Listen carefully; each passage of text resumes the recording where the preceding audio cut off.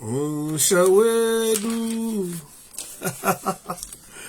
25 minutes past 8, ladies and gentlemen. Ndagoti regai nimbopfeka zvinotirangaridza kwatakabva. Handisi kuziva kuti makadii mese vana veZimbabwe. Pane nyaya. First person maz atete mas makadii vana veZimbabwe. Mukona ndakashonga kushonga kwandakaita uko. Ndo kutiza kubuda kwandakaita muZimbabwe ndo zvana ndakapfeka. Chinhu chandakakwanisa kurasa iheti. Ndakapfeka sheti iyo inoyi. Sheti yandakapfeka ine nhoroondo. Mambo wangu maswera ndaswera. Uniform 𝗓𝗍𝗺𝗍. Atete mas muri kuona badges of rank. Ndo uniform yataishandisa kuprison. Mukoma nhasi makapfeka nyembe, ndakapfeka rank. Dzainzi PO1 ndo yainzi sergeant, police white sergeant. Ndo rank dzataipfeka kunana prison. Yakainzi Zimbabwe Prison Services. Izvo zvakunzi Zimbabwe Prison and Correctional Services. Saka 2008 ndichibuda muZimbabwe ndo mapfekera andakaita. Saka ndakati sheti yandirase ine nhoroondo ndo hembe ndakapfeka. Ine handichina kana one. Keep up the good work. Thank you, Atete Brenda. Thank you so much. This is the shirt that I was wearing when I left Zimbabwe in 2008. Ndakataura munhu ndikati, do you know if I keep this shirt for the next 30 years, this shirt I will sell it if I'm still alive. It will go up for 30,000 pounds. This shirt ine nhoroondo. Kana tatenderwa nababa kubvisa munhu angagwa ichava nhoroondo. Hanzi komuchiri kuikwana ndakutoonda Fidza. Ndakutoonda, I think ndichirunyatsoikwana ichirunyatsoupinda ichirunyatsoukwana ndakutoonda. Ndaswera Atete Q zviri sei. Kana tatenderwa nababa kubvisa munhu angagwa ichava nhoroondo, ichava nhoroondo. Kana tatenderwa nababa kubvisa munhu angagwa ichava nhoroondo, ichava nhoroondo. Kutanga nhasi kusvika musi wa18 April tinenge tichitaura nyaya dzeindependence. Tichibata zvakasiyana siyana zveindependence. I can't answer that one.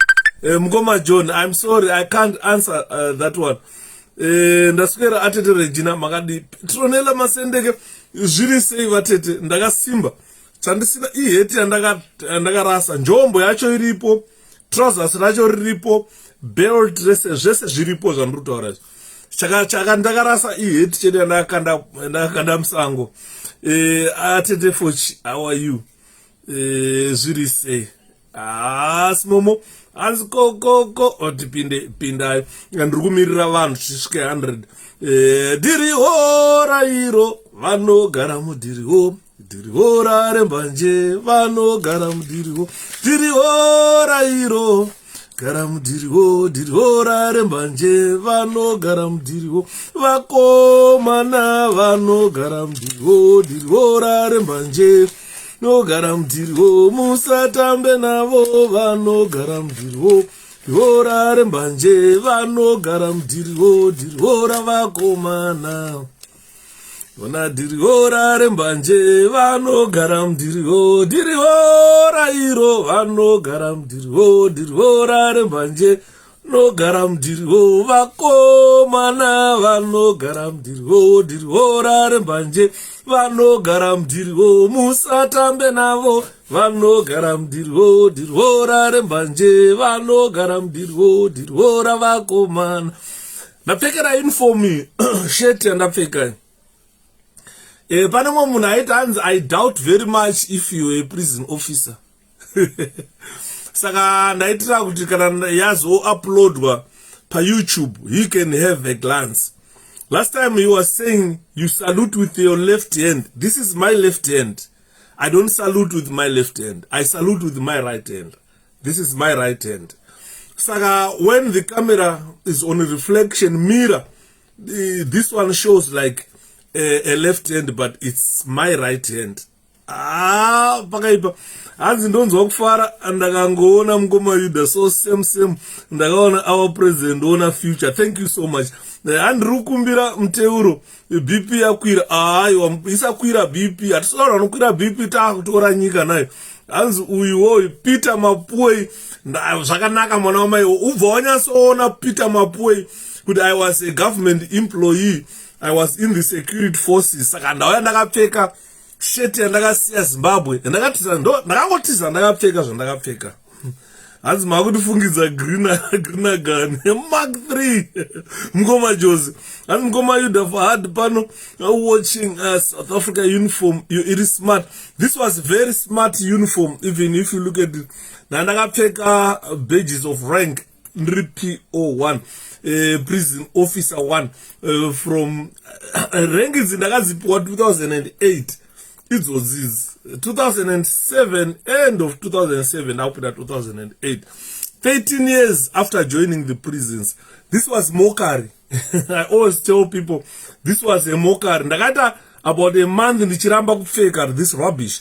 I told them until they threatened to charge me, to say if you are promoted to the next rank, if you don't wear the rank, then you'll be charged for that. So ndakazopfeka after being threatened to be charged, tinokucharger ukaramba kupfeka. But ndakataura it's no point. I've trained other people vatove ASCOM, I've trained my superintendent, I've trained, and ndakatadzira prison service chekuti I can't be promoted to the higher rank.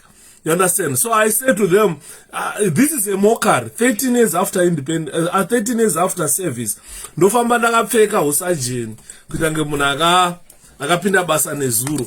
Andibona. Saka ndakatombojamuka kuzvipfeka izvi.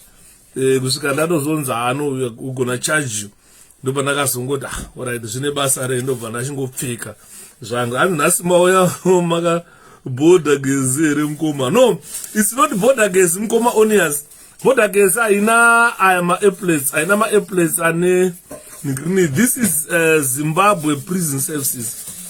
Saka yakunzi Zimbabwe prison and correctional services. Yana si pakati pa P na S. It's now Zimbabwe prison correctional services.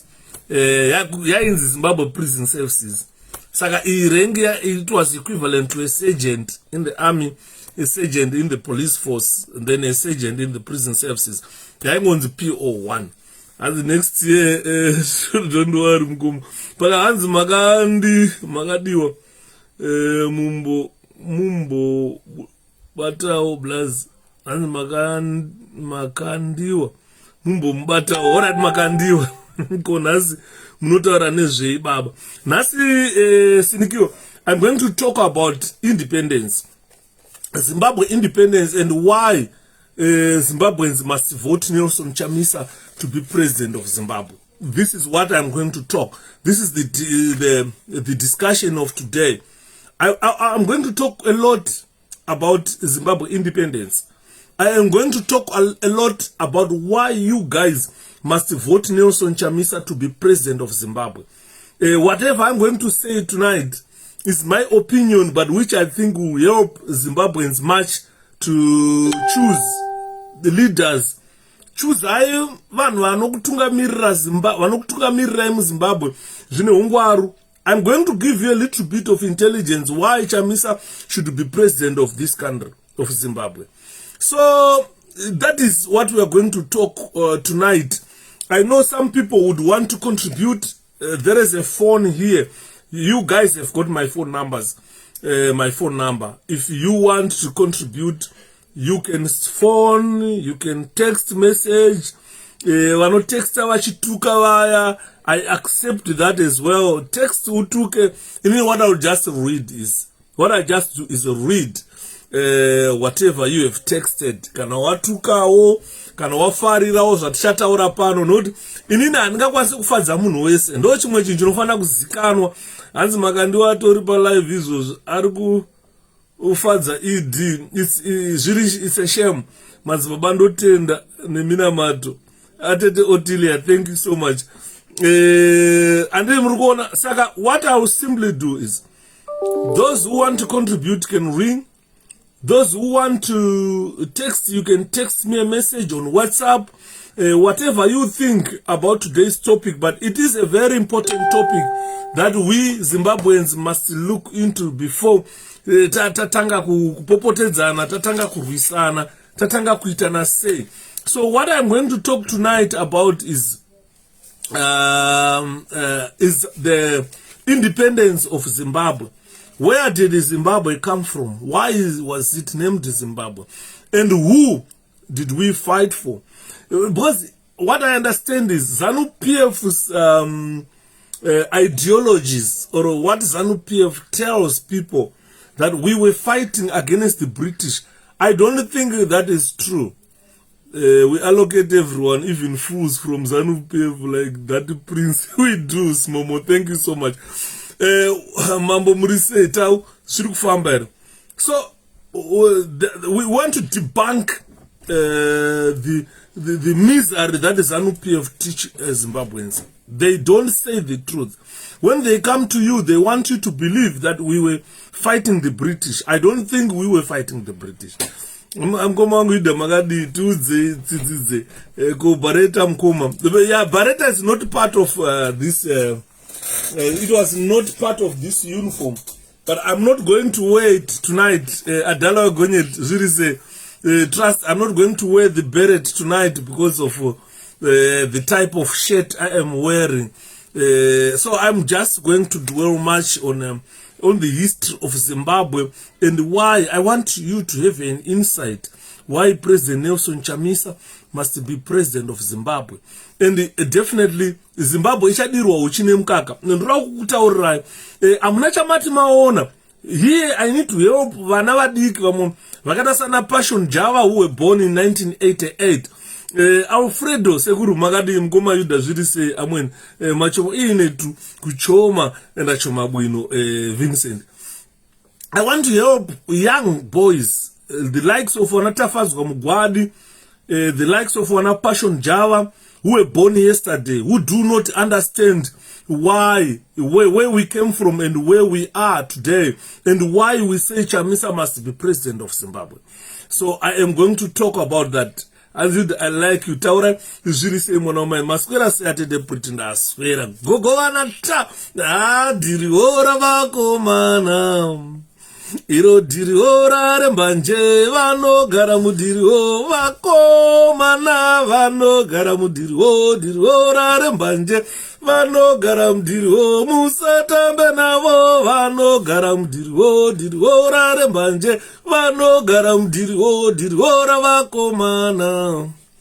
Iro diriora rembanje, vano garamdirio, diriora iro, vano garamdirio, diriora rembanje, vano garamdirio, diriora vakoma, vano garamdirio, diriora rembanje, vano garamdiriora. Ladies and gentlemen, manera kanaka 109 kata chirega titange. What I want you to understand is during the 1890, the British South African Company of Sisulu John Rhodes, it conquered the African people in what is now Zimbabwe.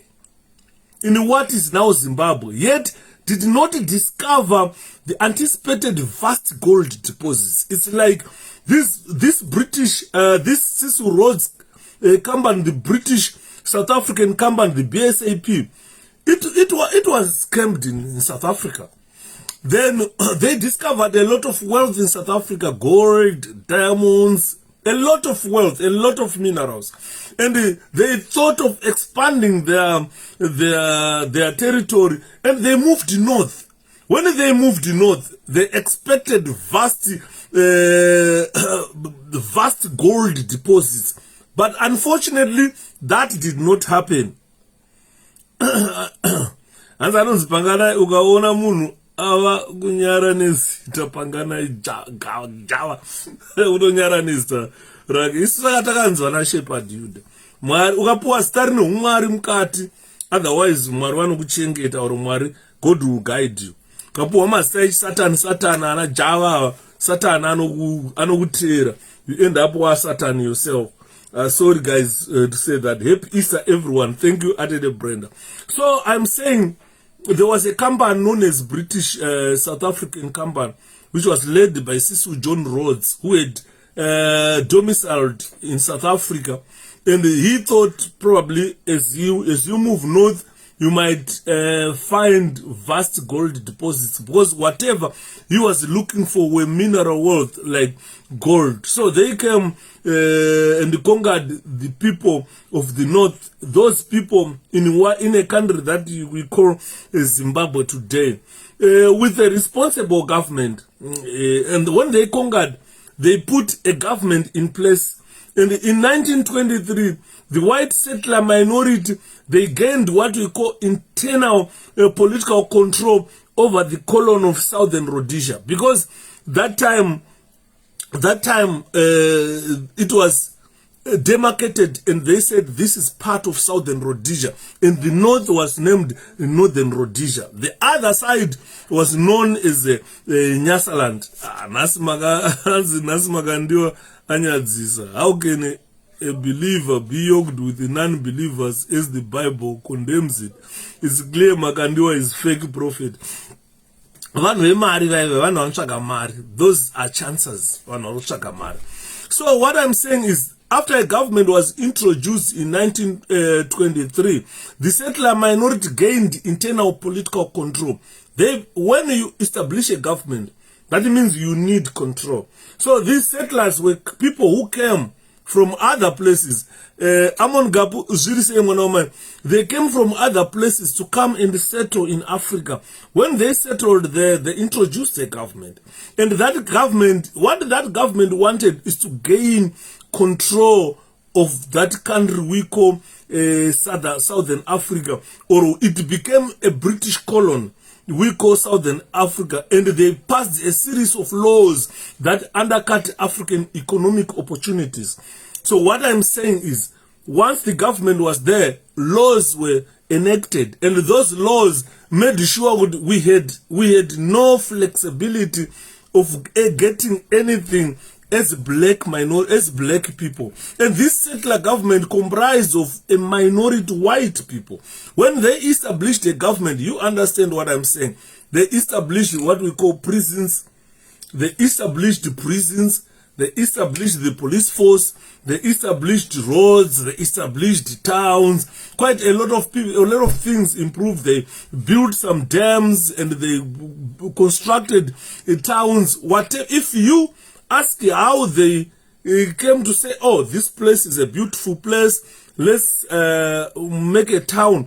Harare vakasvika vakaona iri nzvimbo yanga yakakodzera. Flatness of Harare kuti panapa tikaisa capital city, tise gungwa guta hombe riri panapa, we can make a very big city here. And what do we do with that city? Why introduce the British system of living? If you come to Britain, you agree with me that most places here in UK are farms, and people were moved away from arable land, from farms. They were pushed into towns. You come to UK, you can see what I'm telling you. We've got well-established towns in this country, and the people were moved from those arable land to create vast pieces of land for agricultural production.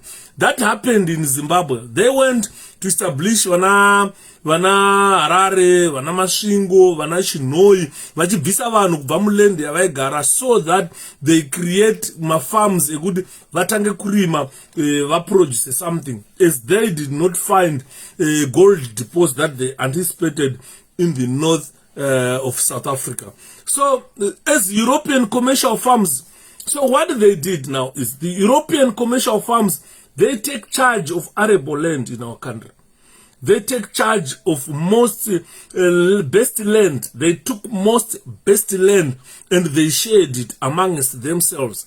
Very important to understand when you want to talk about Zimbabwe independence.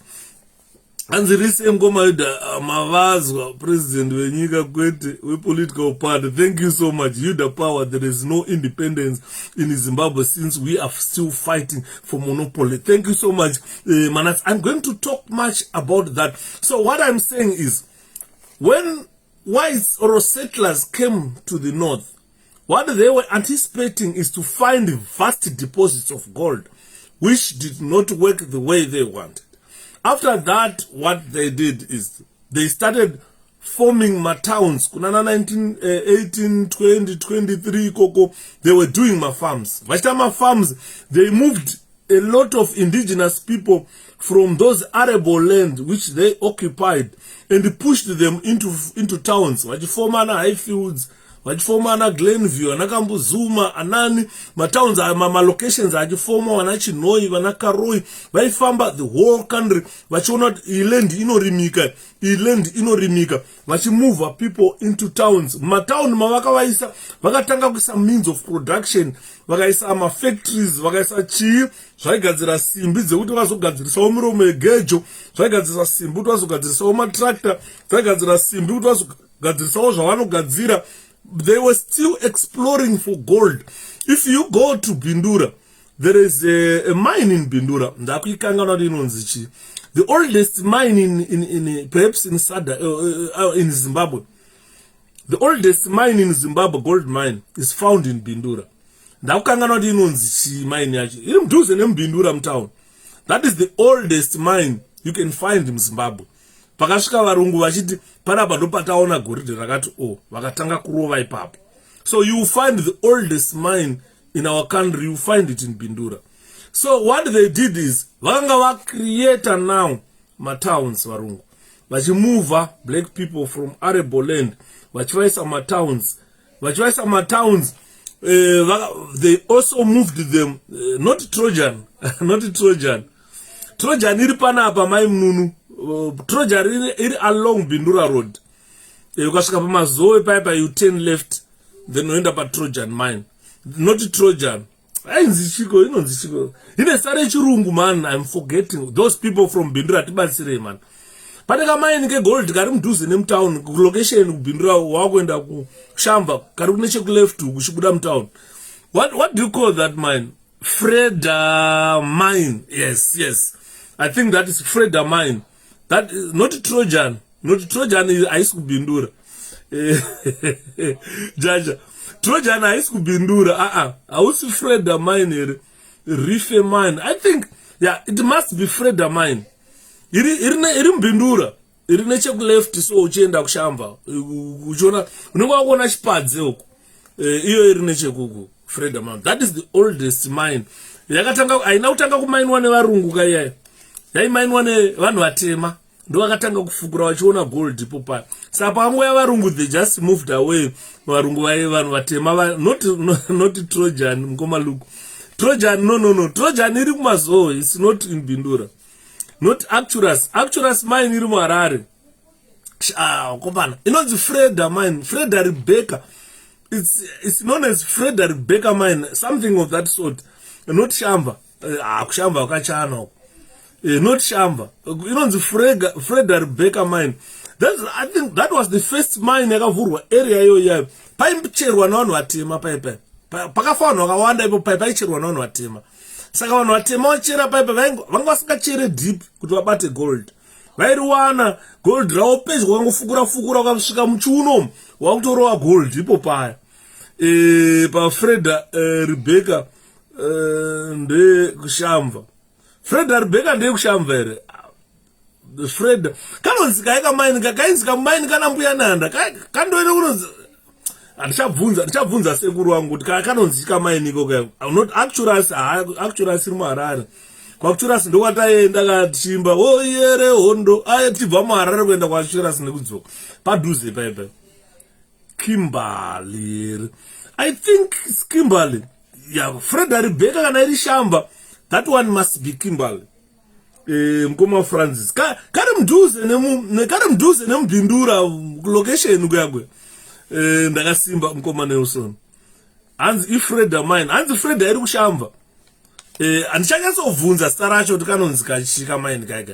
Dai ndine time ndaikutarisira paGoogle kuti kamaina akanonzi chi mirai tione ndikatsvage mukoma feeds vanogona kuve right inonzi mirai titsvage 𝗓𝗓𝗓𝗓 paGoogle 𝗓𝗓𝗓𝗓 in Bindura ndakuona kuti ndeipi ndokuudza isa rakene kuti kanonzi kai kakwawo regai tikatarise paGoogle regai nditi makorokota vanhu veLiverpool timu yaitinetsa tazoikwachura 𝗓𝗓𝗓𝗓𝗓𝗓𝗓 I just Google it regai tiende pamamepu kanofanira kunge kanonzi 𝗓𝗓𝗓𝗓𝗓 kaka Kimberley, not Kimberley. I'm looking for Google. I'll give you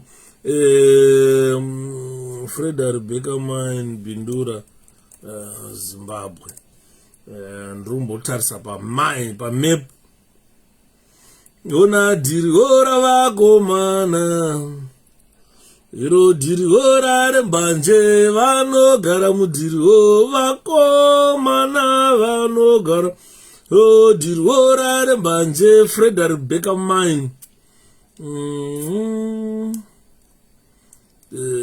yakanzi chitungisa ndeipi toda yeBindura hatisoda 𝗓𝗓𝗓𝗓𝗓𝗓 yekuntora shanga gold mine ndiri kutarisa panapa Mashonaland Chegutu Chinoi wande Bindura regai nditi Bindura Zimbabwe hai ndirokawana ndokuudzai 𝗓𝗓 iri muBindura I think ndo iri muBindura ndo iri muBindura rain mine no let me show you regai titsvage ini ndikangosvika 𝗓𝗓𝗓𝗓𝗓 mine yeah it's 𝗓𝗓𝗓𝗓𝗓𝗓 mine yeah kote pananga vachiti 𝗓𝗓𝗓𝗓𝗓𝗓 iri kushamba no this is 𝗓𝗓𝗓𝗓𝗓 mine Rebecca gold mine so I was right it's known as 𝗓𝗓𝗓𝗓𝗓𝗓 gold mine ndo iri muBindura ndokari muBindura mudhuze nemuchipadza ndokari muBindura mudhuze nemuchipadza aka kamaini kakaka ndekakudhara Kimberley hotera yaMujuru yaive hotera yaMujuru Kimberley yaive hotera yaMujuru Kimberley yanga iri hotera yaMujuru Mujuru yakanga akabatana na Zimbabwe Prison Service alone yeah I think it's 𝗓𝗓𝗓𝗓𝗓𝗓 it must be 𝗓𝗓𝗓𝗓𝗓𝗓 mine yeah 𝗓𝗓𝗓𝗓𝗓𝗓 mine is in Bindura ndataiona pamepu pana if you go there kasong remgo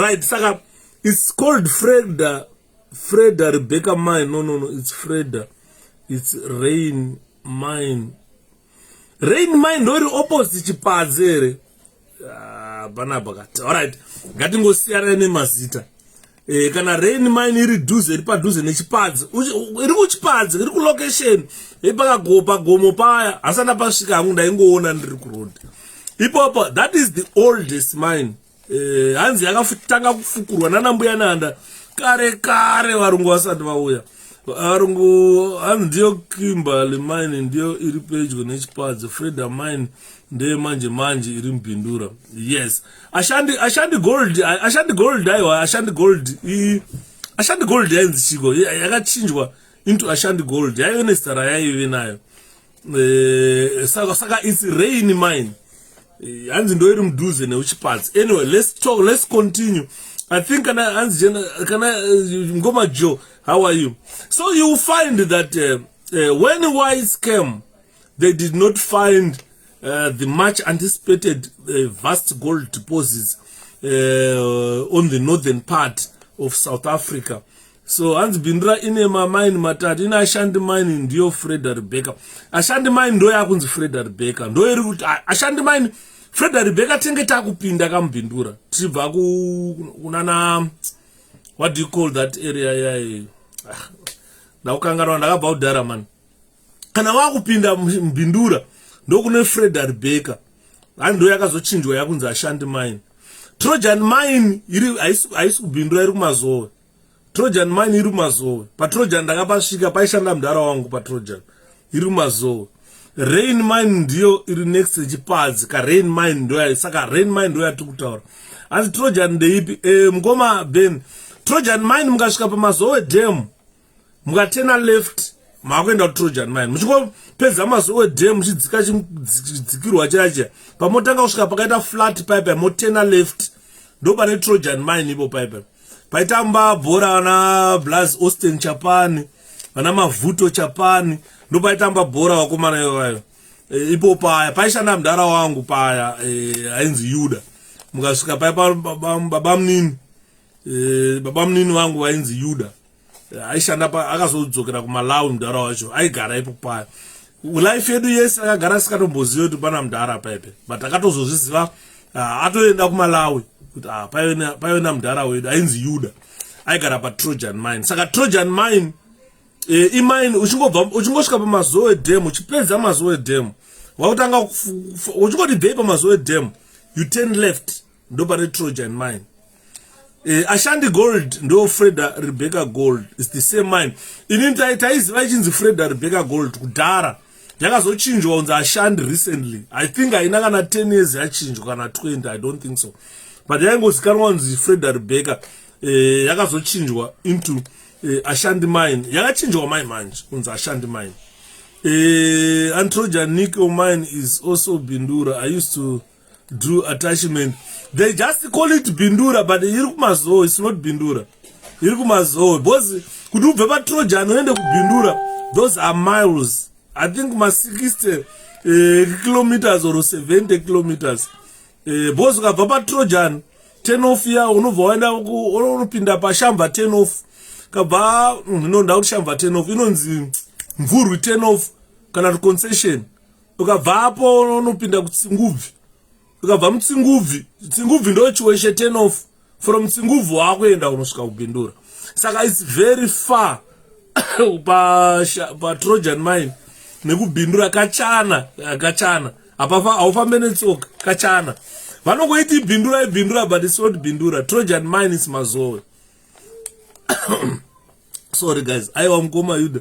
Trojan nickel mine iri muBindura. Pamazowe pane mazowe mine aiwa zvinai. Mukoma fundirwa. Trojan mine andopaitamba na mudhara Chapani bhora. Taipata asvika shamba bhora paipo. Taitopa vaishamba bhora paTrojan ipo. Pachiground chavo chiri mulocation chiri muzasi chachi.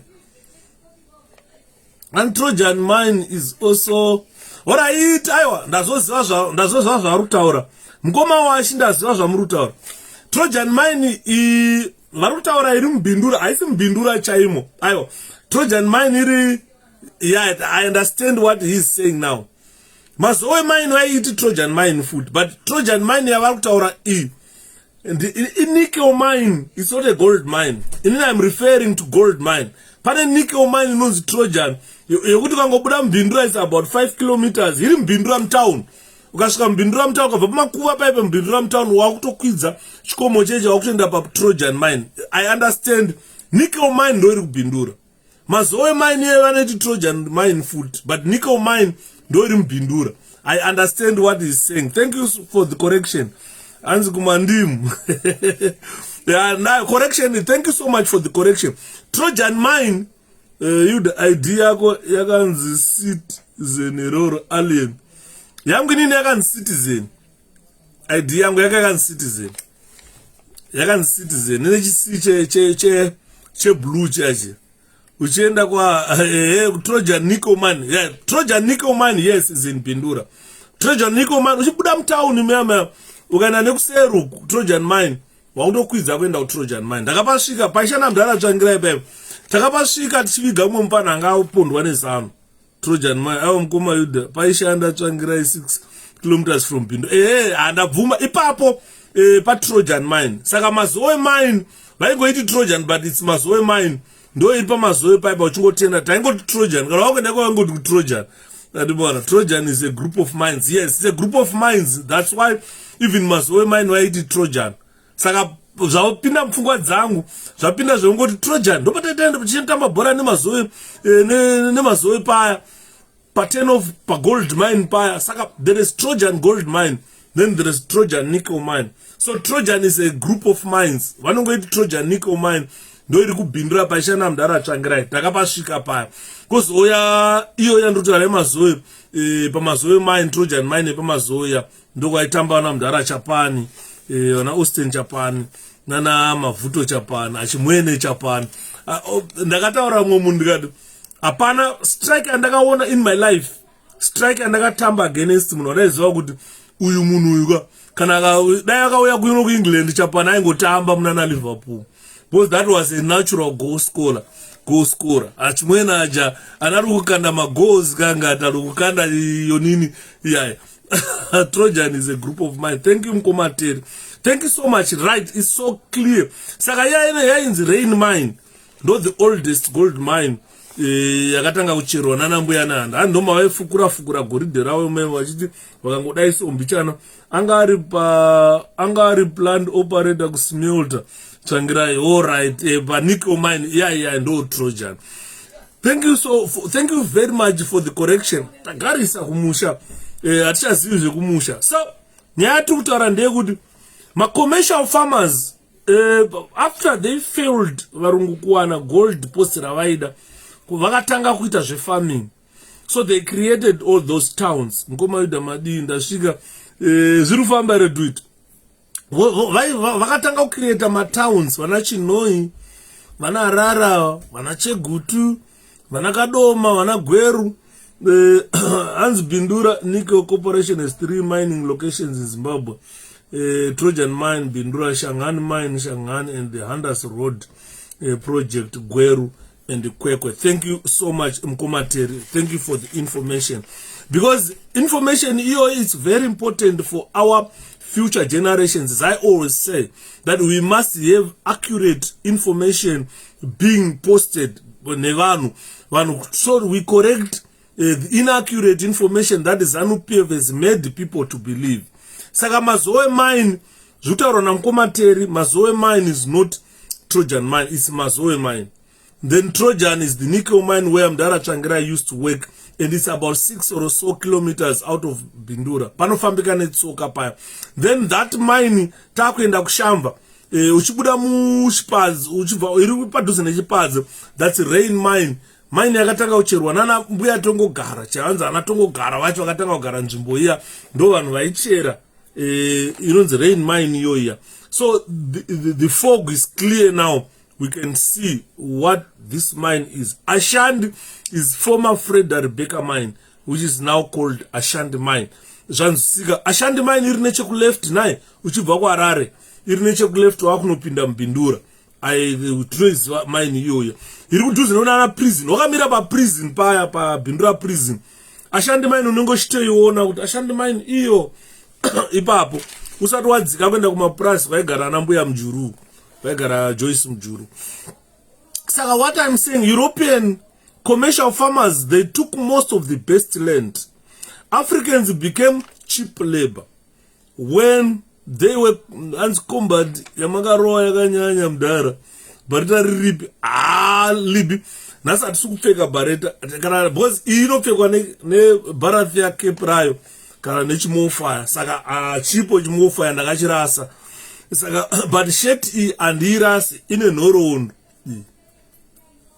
So if I manage to keep this shade for the next 30 years kana kusira vana vangu ndinotaura tene nhoroondo yacho yesheti ndikadzikisa kamera yangu kudai mukasvika panapa ndopane nhoroondo yese panapa ndopane ine nhoroondo sheti but nhoroondo yehembe muchaiona pandinonyora kuti sei sheti ine nhoroondo ndaipfeka nhasi ndichida kutaura nezveindependence. Because it is very important for people to understand the independence of Zimbabwe. We have got young boys. Vafana vakaita sana Passion Java, vakaita sana Tafadzwa Mugwadi. Those boys who do not want to learn the correct history of Zimbabwe, who continue to sing one-party state in our country. They must understand that when we went to fight, we did not fight for one-party state, but we fought for democracy, one man, one vote. Up to today, we are still fighting for democracy. We are still fighting for one man, one vote. This is the reason why people must vote President Nelson Chamisa, because the armed struggle is over. But the ideology of one man, one vote, which was harbored by our freedom fighters, it is still within us. We haven't attained one man, one vote. This is why you still see Zimbabweans are still eager or are still fighting for democracy 43 years after the white settlers were defeated. We are still fighting for that democratic space. We are still fighting for one man, one vote. This is the reason why I am saying, let's vote Nelson Chamisa to be president of Zimbabwe. He is the only man at this juncture who can make one man, one vote democracy available to the people of Zimbabwe. I'll tell you, I'll show you why. I'll show you why.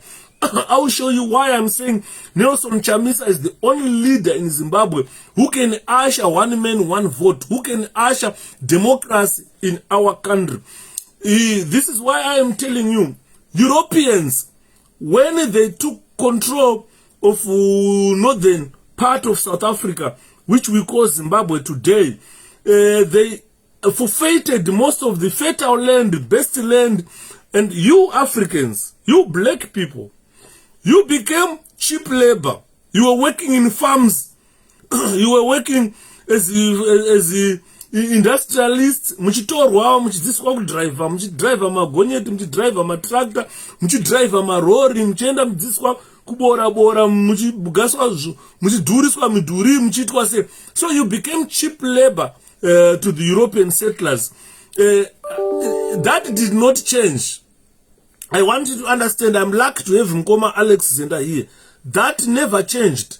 The issue of cheap labor to Africans, which was introduced by white settlers, that never ended.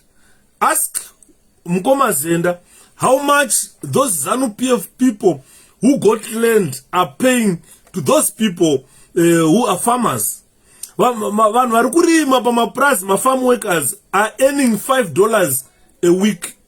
Unaenda kubasa iwewe 37.5 hours a week, then earn $5, $5 US. These black farmers, the newly farmers who were given farms, are paying $5 a week to a black farm laborer. You are getting about $25 a month. After working 37 hours a week, you get $5. So this did not go away. This issue of cheap labor did not go away.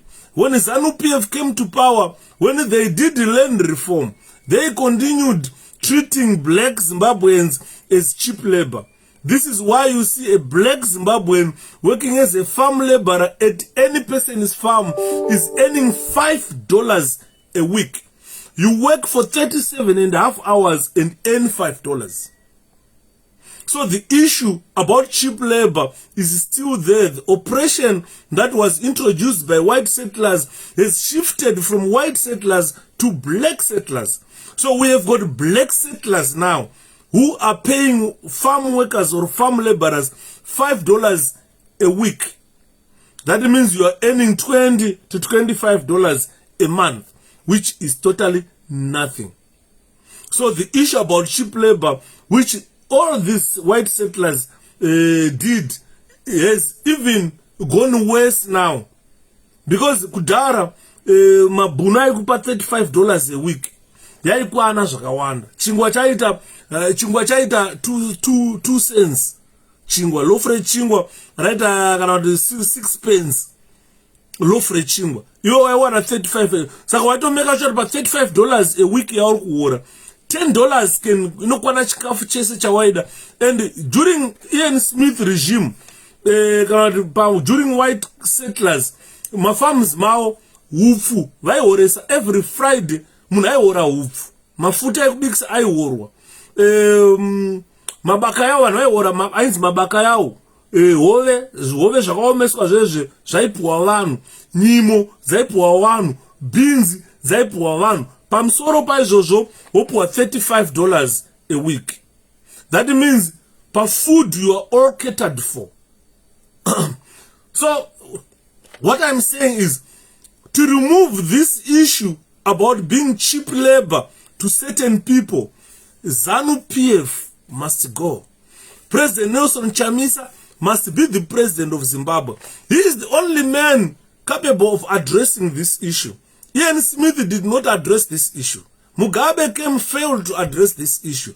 West under Mnangagwa, you are earning $5 a week. $5 a week. Kudara abantu dakutaura wafana wakaita sana Mugwadi, tafadzwa Mugwadi, wafana wakaita sana Passion Java. They don't understand this, that during Ian Smith regime, a farm worker, farm laborer, I wore $35 a week. That $35 a week, pamsoro aipuwa 50 kg a week, opuwa beans, opuwa nyemba, opuwa nyimo, opuwa zimabaka yau, opuwa mafuta ekubikisa 2 liters. So you will find grocery raipiwa a week rano jikane vana vake rai opuwa nemukaka. That will cost probably $10. Saka you will find the part of money yaifanwa kubhadhara munhu food murungu I provide. Pamusoro pezvo varungu vaisa a shop pa price pavo pekuti aucha travelewo nemari yawahora kuenda ukaroi kunotenga hembe, kuenda ukaroi kunotenga butsu, kuenda ukaroi kunotenga sipo. Waizviwana ipapo, hauna transport cost yaunda incur. Kana wauda chinhu chikuru ndopa waizoenda kutown kunotenga radio, kunotenga mbedha, kunotenga wardrobe. But wardrobe yacho waisvika iita $5. Saka mari yawaihora pamwe pasvondo yaikwana. Ukaichengeta pagore, vazhinji vakatenga dzimba, vanhu vaishanda, vanga vari makuki, vaishandira varungu vakatenga dzimba. Anonzi pangana ijava. Plus farm, paive nezvikoro as well, thanks Atete Flow. Paive nezvikoro as well paPraz. Waitobuda mwana achienda achidza grade 1, mwana otosvika grade 7 achidza paPraz. I still remember very well. Waitokaenda kumtora shanga nekurafingura. Kwaive nezvikoro, generally how are you? Kwaive nezvikoro zvekuti ukapedza grade 7, amene vaiti standard chi, kana waipedza iyoyo, waienda ikoko unoshanda uchibhadharirwa ipapo, uchienda kubasa, uchishanda. I think pane mwe comment yakati rebei panapa yaiswa. That comment, let me. And it's true, Yuda, one farm per person is not what's happening. Madara aya anima farms akawanda, which they are not making use of and register.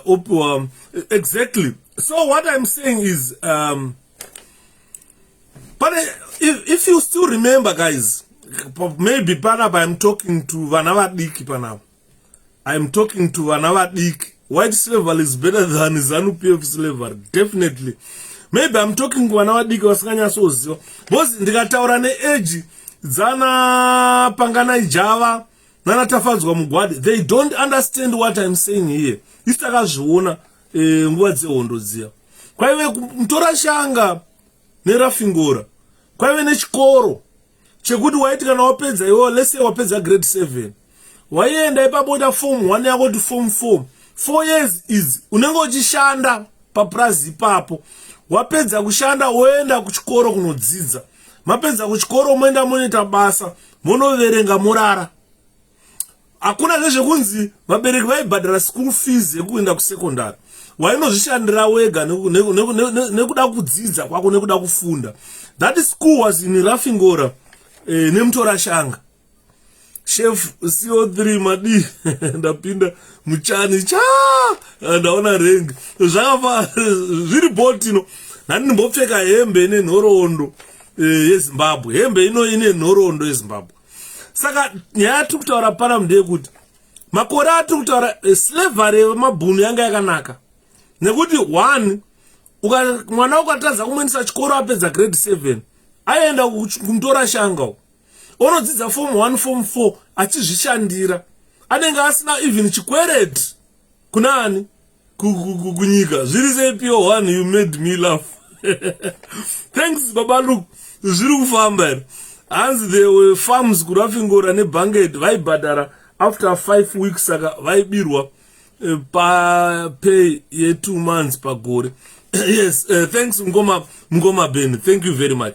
Saka you will find kuti zvikoro izvozvi vana vaishanda pazvikoro zvikunana rafingora izvi nonana bhangeti waishanda papurazi woshanda woenda kuchikoro kunodzidza woverenga. Vazhinji vacho vakapasa, vazhinji vakadzidza zvikoro izvo vamadoctors, vakaita madoctors vachidzidza zvikoro izvozvi.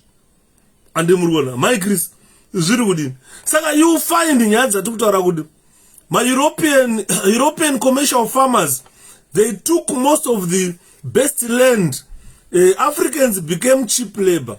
That never ended with the 43 years of independence. Today, Africans are oppressed worse than what these whites were oppressing them. Even now, a big chrome smelting company in 𝗓𝗧𝗪𝗧 China, you could buy $5 per day without any benefits. You understand? So this is the problem that we are talking about. 43 years of independence, when we gave ZANU-PF power to issue policies to our country, they failed. This is why I am saying this is time for us to vote President Nelson Chamisa into power. Because $5 a week for a farm laborer, honestly, iwewe chakupa $5 a week, you won't survive. Anotenga chinayo anzi yainzi yomba kwaive nechikoro for labor. Thanks. Takutaura nevanhu vakuru. Mngoma Bernard Matongo kana zvakutaura yainzi yomba, exactly ndo zita rechikoro chacho, ndo zita refamiro, painzi payomba farm, paive nechikoro icho chekuti vanhu vaishanda vachibhadhara. Makutaura manje anozara takutaura nevanhu vakuru. Hatichatauri apa, hapachadiwa napangana ijava, hapachadiwa natafadzwa mugwadi. They don't know this. Yomba farm ukamubvunza mugwadi hakuudza kuti iri kupi. I'm telling you today, mukoma wabva waya nezita racho. Hanzi vanhu vakapuhwa mafarms vari kutadza kumashandisa. Ndakazvionera kubhangeti ini taishandiswa season yese kwakuzopiwa mari after maflows. ZANU-PF has to go. It's incompetent, inept and corrupt. Payomba farm ipapo paive nechikoro chaivepo chokuti waishanda iwewo kupapurazi uchibhadharisa ukaenda kuchipinge. Chikoro ichocho nanhasi chichiripo kuchipinge. Imagine 43 ukaenda kunonzi kuSouth Down kuchipinge. The school is still there in Chipinge, where people will go to work kunokaya tea vachibvako vana vachienda kunodzidza. The school is still there in Chipinge. Chiwenga ari kubhadharisa $4 a day. Zvinhu zvinorwadza Mukoma Blessing. Saka tiri kuti bamuni blessing. Saka tiri kutaura tichiti isusu varungu vakaona cheap labor in black people. Then we fought them to say varungu ibvai muri kuti dzvanyirira. But kudzvanyirwa kwataita navarungu, as I've stated earlier on, every week waipuwa brown sugar, waipuwa mahara. Brown sugar yanga sikatengeswe waipuwa mahara brown sugar. Upfu waipiwa, baka yao waipiwa papurasi pemurungu ipapo. Sipo waipiwa chimgonde chakanzi unit so chebrown chekuwachisa. Imba wangu wasingaterere. Baba wangu ari makanika, imba dzataigara dzaive nemagetsi. Wangu wasingaterere magetsi. Apa idi ari kutaura nonsense izvozvi kwamakandiwa George O's Animal Farm. Thank you so much. Saka you will find that as they were pushed into, Africans were found a source of cheap labor, and most of those who resisted when they were towns, they were pushed into infertile reserves or moved to cities. Saka you will find unasi ukaenda kumaruzeva, imbofamba maruzeva akaita sekwana zvimba kwe. Iyo vanoenda ikoko ndo vasina brain. Kunamata makandiyo. Saka you will find that if you go like area yana zvimba, unotoona kuti idesert zvimba rere. Andakadzidza hapo Mngoma Yuda pa Retro Shake Secondary School kuchipinge. Yes. And then that school is still, it's Rattle Shock Secondary School. It's still there. vana vachiri kuenda kunodzidza ipapo vane maparents asingakwanisi kuafforda school fees kuSouth Down pano inonzi 𝗓𝗏𝗧𝗃 secondary school unonokayati vana vari kudzidza ipapo nanhasi. I was so shocked when I was in Chipinge in 2004. I went to that school. I was surprised. Tona vana vechikoro vari hobho vachibuda vachinokayati vachidzoka vatoni madormitories avandorara vachidzidza ipapo vachibhadhara school fees. Yeah, chokwadi I don't feel independent in Zimbabwe. Handisati ndatomboendako kuindependence. Handisati. That is, thank you Sika. We haven't realized independence as Zimbabweans. We haven't realized independence. So you see, today land reform was done, and that land reform yakaitwa because Tsvangirai, if you remember slogan MDC yangasi zvekuti nezvokotaita, but yanga relent to the people. That was slogan MDC when we came into being. It was relent to the people. ZANU-PF saw threat that, oh, this Tsvangirai wants to fulfill whatever we fought for in the struggle for Zimbabwe. Then they went on to do a hazard land resettlement where masses of Zimbabweans were fronted to go and raid farms. Vakaredha mafarms. Varedha maiti unachinorwadza nhasi taizviona. Vana vakazvarwa 2000 ndo vasina kuzviona. Pamwe vafana ana Java vanapanga naye maybe havana kuzviona nokuti vanga vachiri vana vadiki. Pa 2000 paya pakaitwa land reform. Hasi pesli beZimbabwe ini handitoizive 34 years now kana vana tinovaudza kuti chi zvinhu zvinorwadza wales zvorwadza izvozvo. Saka you find pa 2000 pakaitwa land reform taive nemapurazi akaita sana Nicole Estate Mbanget, Mazoe Estate muchinoi mayane yainzi Mazoe Citrus Estate yaive muchinoi. Ukabva apo kune mafarms ese from muchinoi kunobuda una Karoi anga ari mafarms ese. Guess what? Vaiti mao veterans vounganidza vanhu panapo voti tikunotora purazi rinonzi Ngwarati Farm. Voenda vese paNgwarati Farm voimba vorara vachiimba voita mabhesi voita sei bunu ngariende bunu vapedza paH-𝗶𝗲𝗃 paiva nechikoro futi vakomana inzwa paH-𝗶𝗲𝗃 paive nechikoro ichocho chikoro chepaH-𝗶𝗲𝗃 cha paidzidza vanhu vachibhadhara ipo paya. Nanhasi I don't think kuti chakabviswa chepaH-𝗶𝗲𝗃 chiya. Saka you find nyaya dzati kutaura pano nhasi kuti vanhu vashandiswa vana veZimbabwe, the masses, the majority, they were used by ZANU-PF kuenda pamberi vachinosvika vachiimba panapa bunu ngariende pachisimudzwa tsvimbo hondo takairwa vachitova mapress ups. Bunu roita give up mangwana kusenda rotsvaga rori rotuta zvinhu zvaro rotenga imba muHarare ronesa zvinhu zvaro muHarare. I am 42 years old but never been employed necertificate rechikoro pakaipa mungomateri. This is why I am saying 2023, let's vote Nelson Chamisa. Let's vote Nelson Chamisa. That's the reason exactly I'm telling you to vote Nelson Chamisa. ZANU-PF has dismally failed. And mrukunzwa naitaura nyaya yekuti bunu raingomuka kuseni rotora marori roloda zvaraloda rosiya zvimwe mafarm implements, matractor, mairrigation chii, mainputs bunu raingosiya ipapo robva roenda rosvika muHarare rotenga imba roisa zvinhu zvaro rotanga kugara muHarare. Papurazi paya hapachisina activity iri kuitwa. Mangwana kuseni unonzwa kuti government patoya minister 𝗍𝗲𝗃 Kasukuwere vakabata tsamba allocation of that farm. Makunzi purazi rera makatora riye rakupuwa Kasukuwere. Imi mangwana makudirectwa pane rimwe purazi. Moenda monoita hondo yeminda papurazi ipapo kana pachifa mbunu pouraiwa mbunu Stevenson akaurawa kumarondero. Purazi racho mangwana richibva rakunzi iri rapurazi raMundarakatsiru.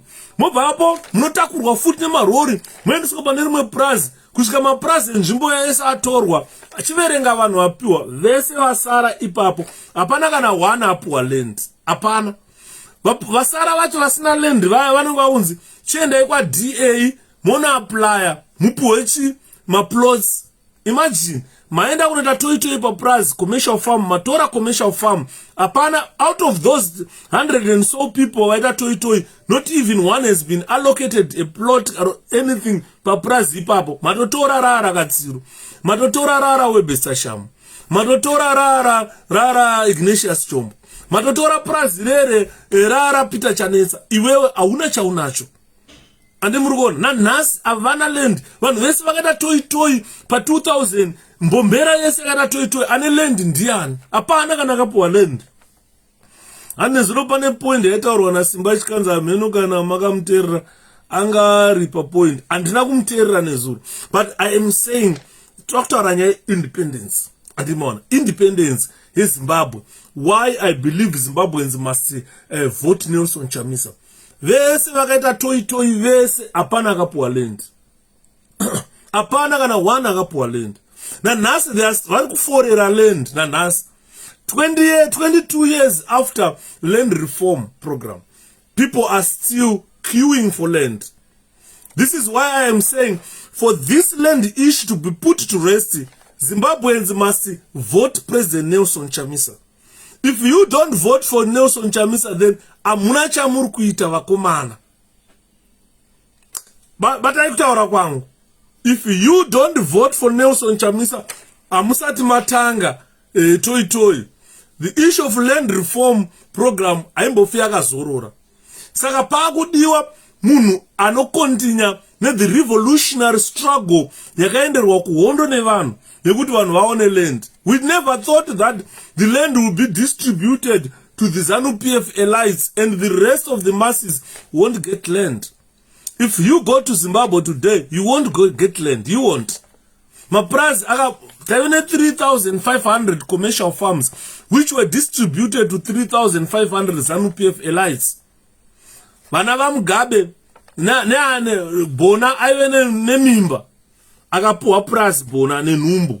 Pa prize pa bona pemwana aive mudumbu mabona pakavakwa mansion. Kutaura kwatiri kuti pane mansion iri kuvakwa pa prize ipapo. Iwewe murume mukuru wachena nde 42-43 years wakaenda kutoi kunotora prize iroro hauna prize rawakapiwa. And na nhasi hakuna vanhu vane maprize. Ukaverenga kuti vanhu vangani vakapuwa maprize iZANU-PF chete yakawana maprize. The rest hapana munhu akawana maprize. Mbombera yese yaita toi, not even one of them got a farm. And me too. Also, at 34, don't even know how to draw money from ATM. Don't even have a bank account. The only card I have is Mkuru money card. That's true, Mkoma Donald. This is why I am saying Zimbabwe independence and let's vote President Nelson Chamisa. What I'm encouraging Zimbabweans is let those who got 3,500 farms, who shared amongst themselves, let themselves vote for themselves. You must not vote for those people. If you go to those farms, my farm workers are earning $5 a week. Varungu, after that $5 a week, havana any supplementary food pure, like what Mabunu were doing. So the oppression has gone worse from how we were being oppressed by the white people, the white settlers. So those who were allocated those land or the arable land that was repossessed are the powerful politicians. If you are not a powerful politician, ndikabvunza panapa pese pana Mdara Zenda, ndiani ane Prosper, ane commercial farm pano ndiani, ane 100 hectares pano dzakapiwa pa hondo yechimurenga pano 883 ndiani panapa. Tine vanhu veZANU-PF vari pano, tine maCIO vari pano, tine masoja nemapurisa vari pano vaivepo 2000. Ndiani pano akapuwa land ane farm anotaura kuti inini ndine farm asi muzere ruoko kuti inini ndine farm.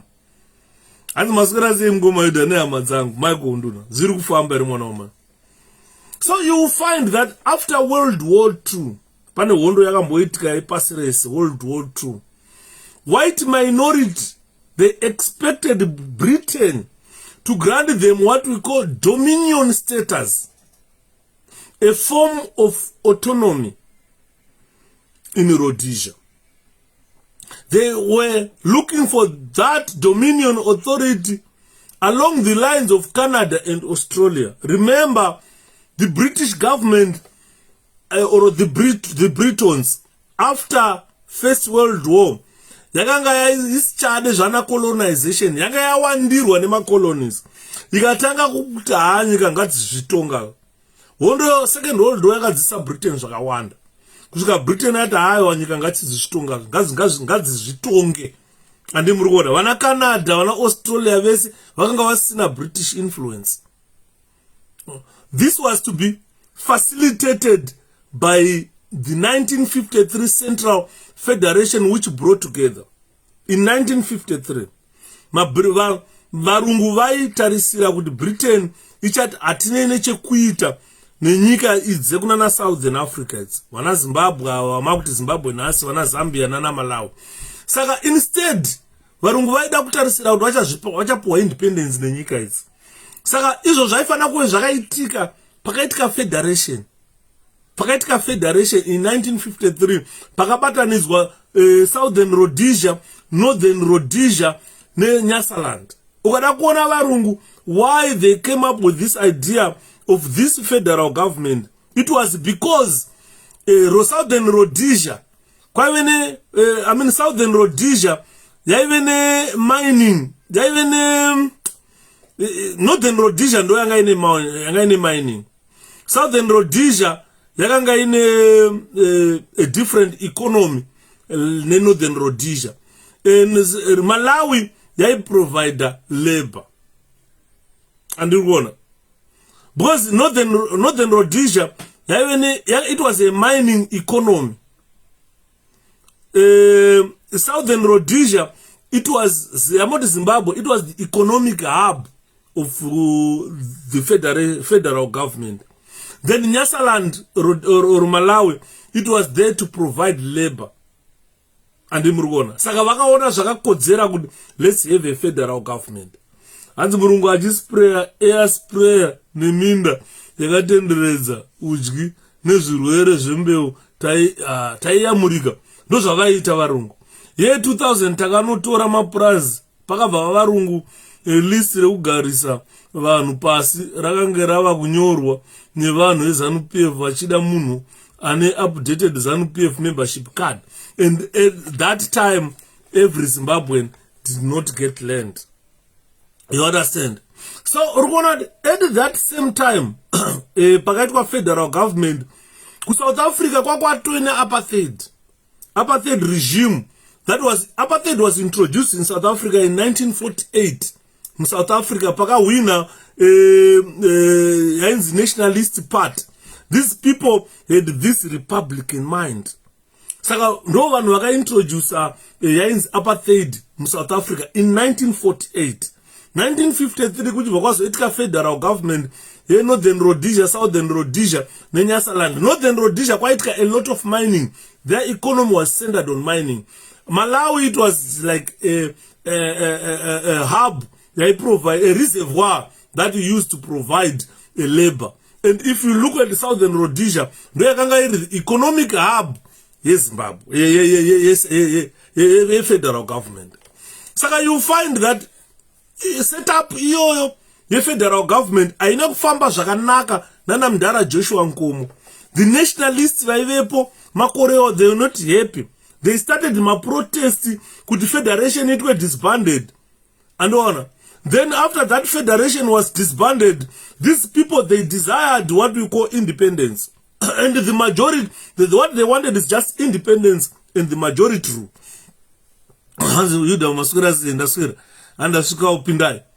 Hanzi hey yembe yandifungisa kuchikurubi paka mombe. Alright, tangoti nhasi tuye takapfeka ngikini pane munhu aita hanzi without kuti wakamboshandira hurumende hanzi unosaruta neleft this right. Saka ndiye munhu anoida kubatsira. Yes, papinda mwe mudhevere, papinda ndere panapa 𝗏𝗵𝗺𝗀𝗀. Guys, ininika don't take something seriously. Pane shamwari yangu pana my former workmate anonzi 𝗏𝗵𝗺𝗀𝗀 Ndlovu Bheki. Kubva tichitanga kupinda basa naBheki tiri vanhu vainakiswa. He is pure ndevele. Saka zhinji kacho ndaiti ndikangomuona Bheki achifamba ndere 𝗏𝗵𝗺𝗀𝗀𝗃𝗀𝗃 handa kuti 𝗏𝗏𝗺𝗃𝗃𝗃𝗃 𝗏𝗏𝗃𝗃 is my former workmate, a friend of mine. He's from Matabeleland. ndaiti pese vandosangana ndoti ndere. So don't get offended kana makuda kutaura Bheki kuti ndere iri ndere manje very good ndere 𝗏𝗏𝗧 pasina ED na Minister of Health wake adilibona. Saka nyaya tiri kutaura panapa inyaya yekuti why you people must vote Nelson Chamisa.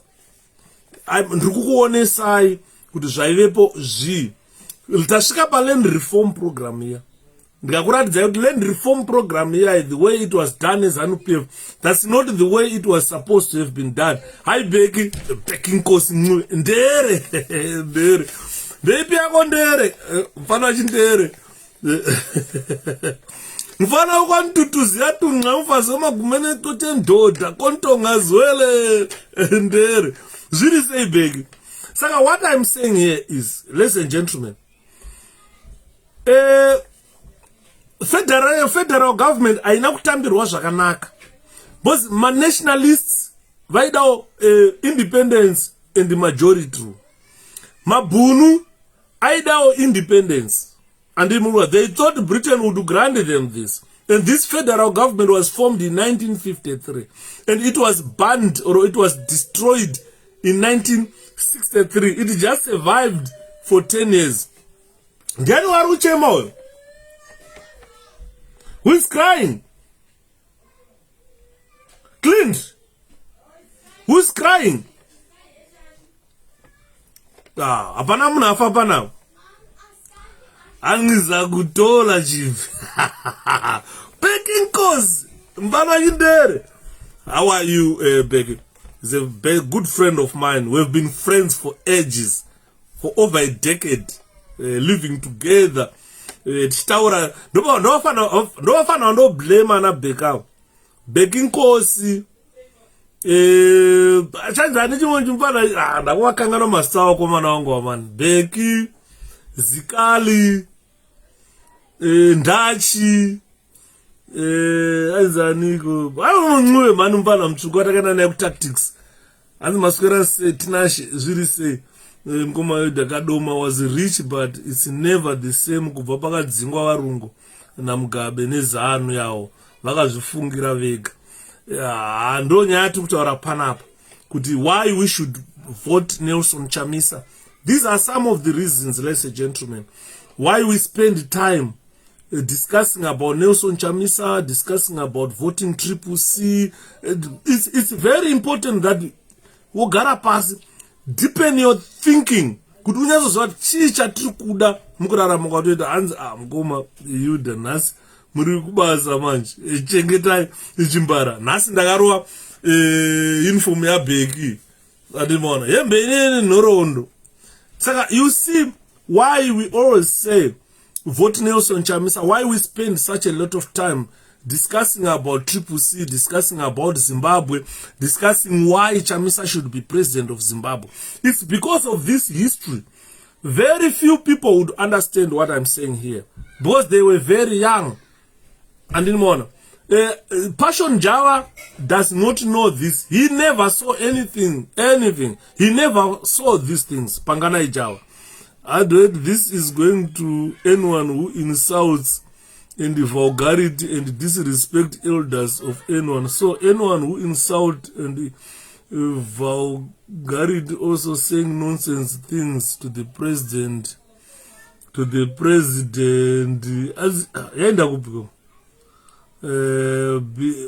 ariku dakuti Bheki ngadzo korore Bheki.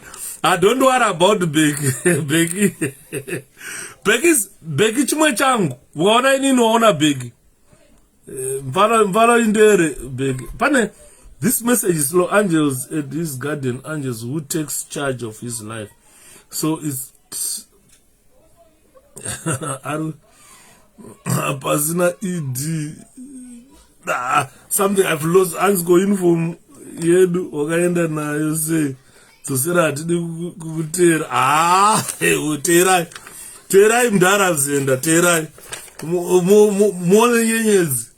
Munoona nyenyedzi kuti zarura ndimunonge makuimba makapfugama kuti zarura musiwo Peter zarura Zarura msiwo pita tuone nyenyedzi.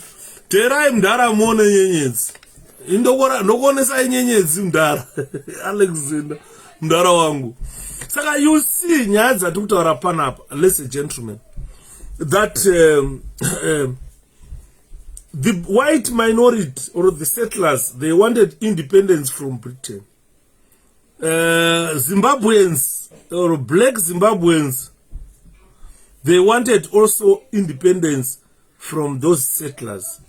Saka, the demand for independence by the white settlers from Britain led them to introduction of unilateral declaration of independence. And Zimbabweans or black Africans, they demanded majority rule. And no other nyenyedzi. Tompanye anona nyenyedzi. Anaka chingona dzakaita gold so. Kuti mdara madhakwa ere, muri right mdara mundoona ere. Adimona. Saka anzi, but land reform program must not be reversed in Kandedu. No one is going to reverse land reform program. Admire. But what I'm saying is, who benefited from the land reform program? The masses. 15 million Zimbabweans never benefited from it. It just benefited not even a fraction. It's 0.00001% of the population. But only 3,500 people benefited. And out of those 3,500 people, those are families of the elites. The Mugabe family, probably they've got 20 or 30 farms out of the 3,500. ED and his family probably have got 15 farms.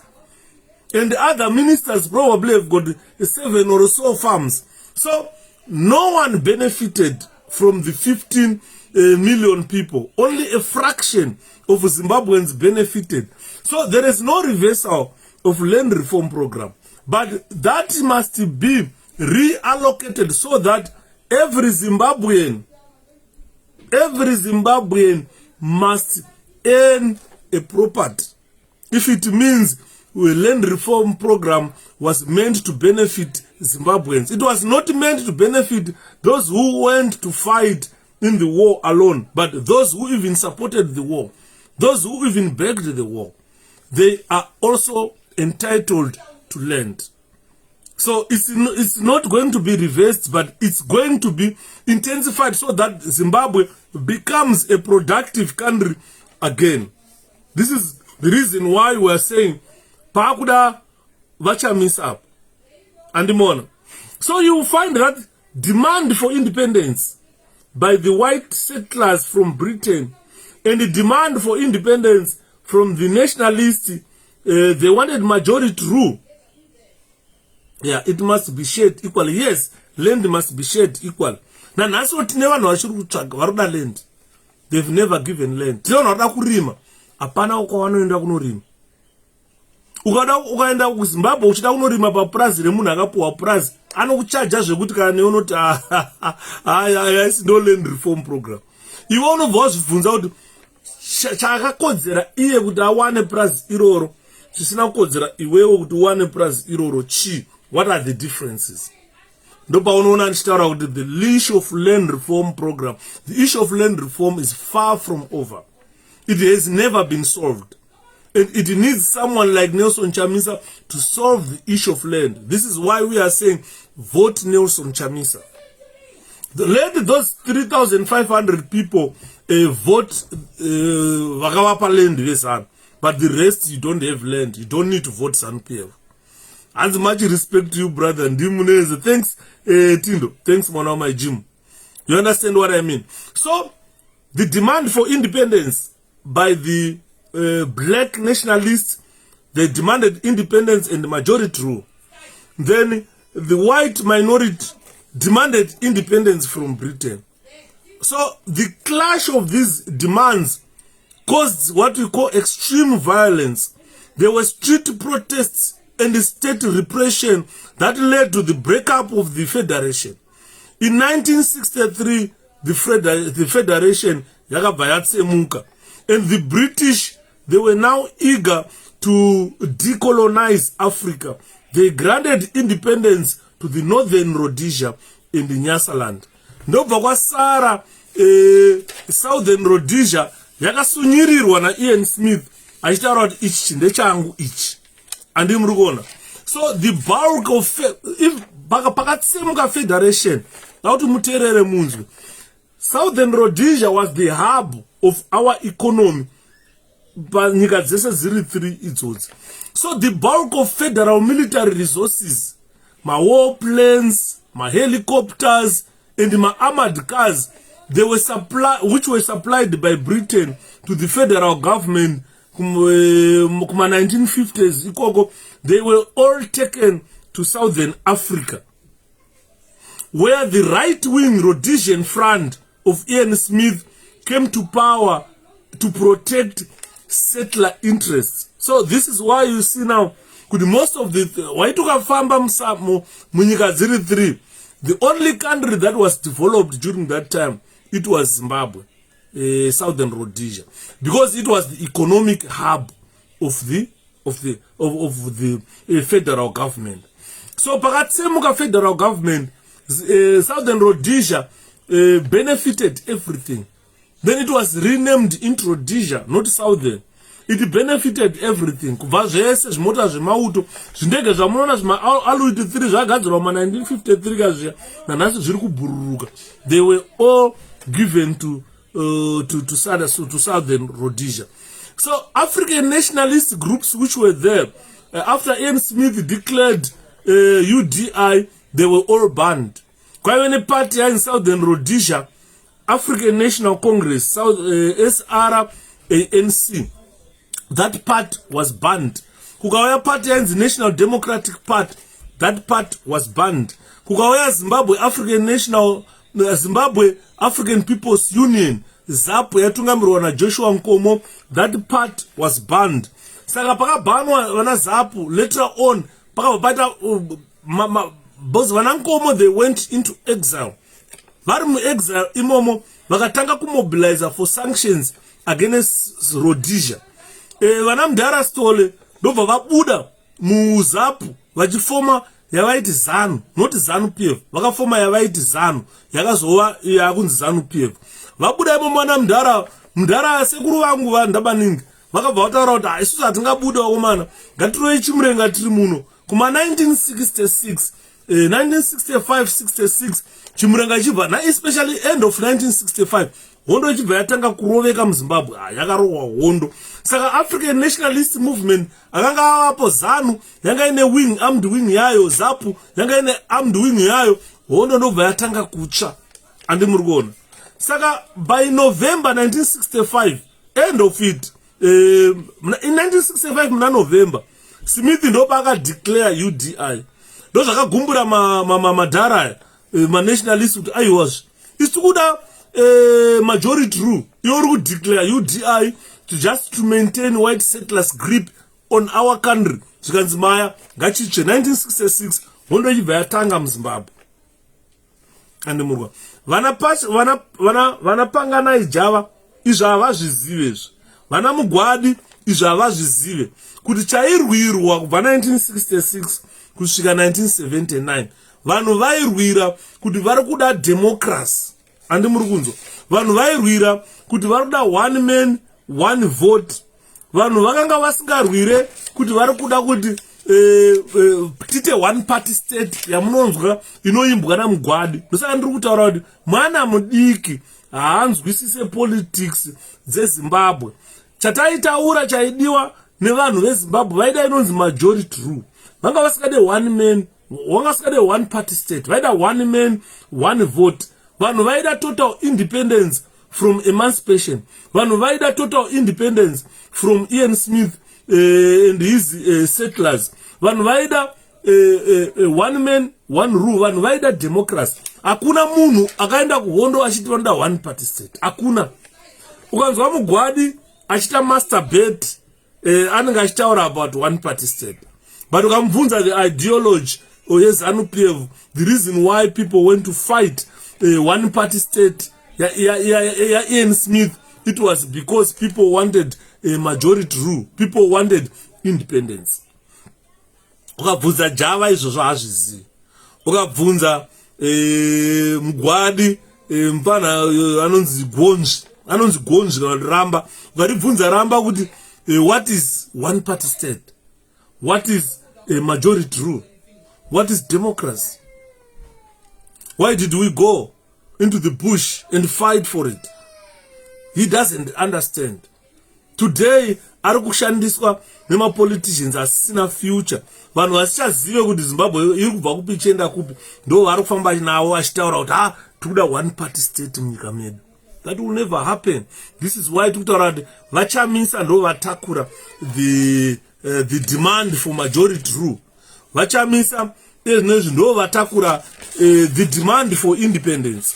Vachamisa ndo vatakura the majority rule. That's the reason why I am saying Zimbabweans must vote President Nelson Chamisa. Because the values or ideologies of the struggle war, they are now in the hands of Nelson Chamisa. As a youthful nationalist, he is someone who now talks of Zimbabwe independence. He is someone who talks of majority rule in our country, not one party state. Ukanzwa munhu achimba one party state, that person is an enemy to the people.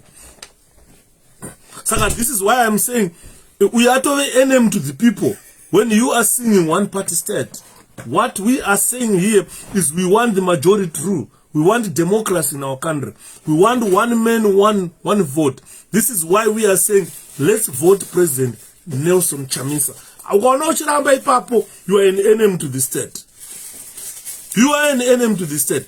Ndaona imwe video yandaseka nhasi ndati hamwaripindirai. Video iyi yanga ina pangana ijava akabata ma-US dollars achigovera vanhu achitanzi vanhu toda kuti vaite mabusiness kuchitungwiza.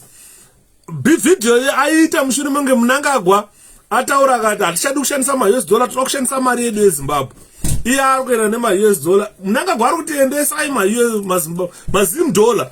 Iye ari kuendesa ma-US. Ndikati manje mfana ari kuruma dust. Believe me or not.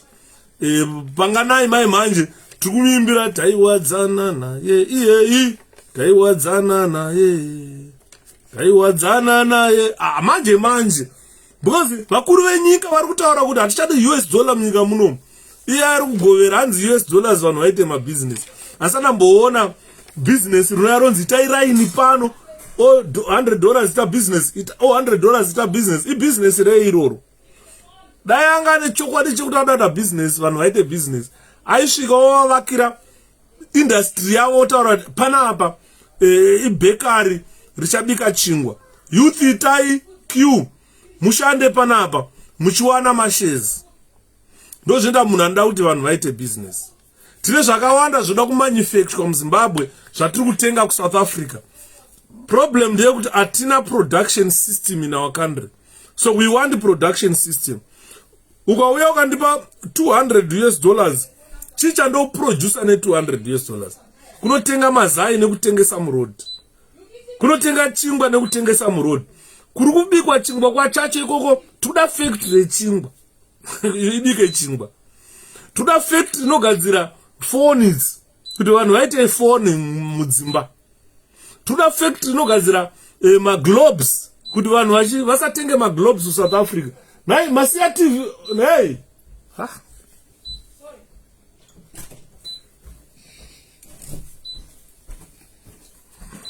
Sorry, Sergeant. Forgive me, Sergeant. Ay.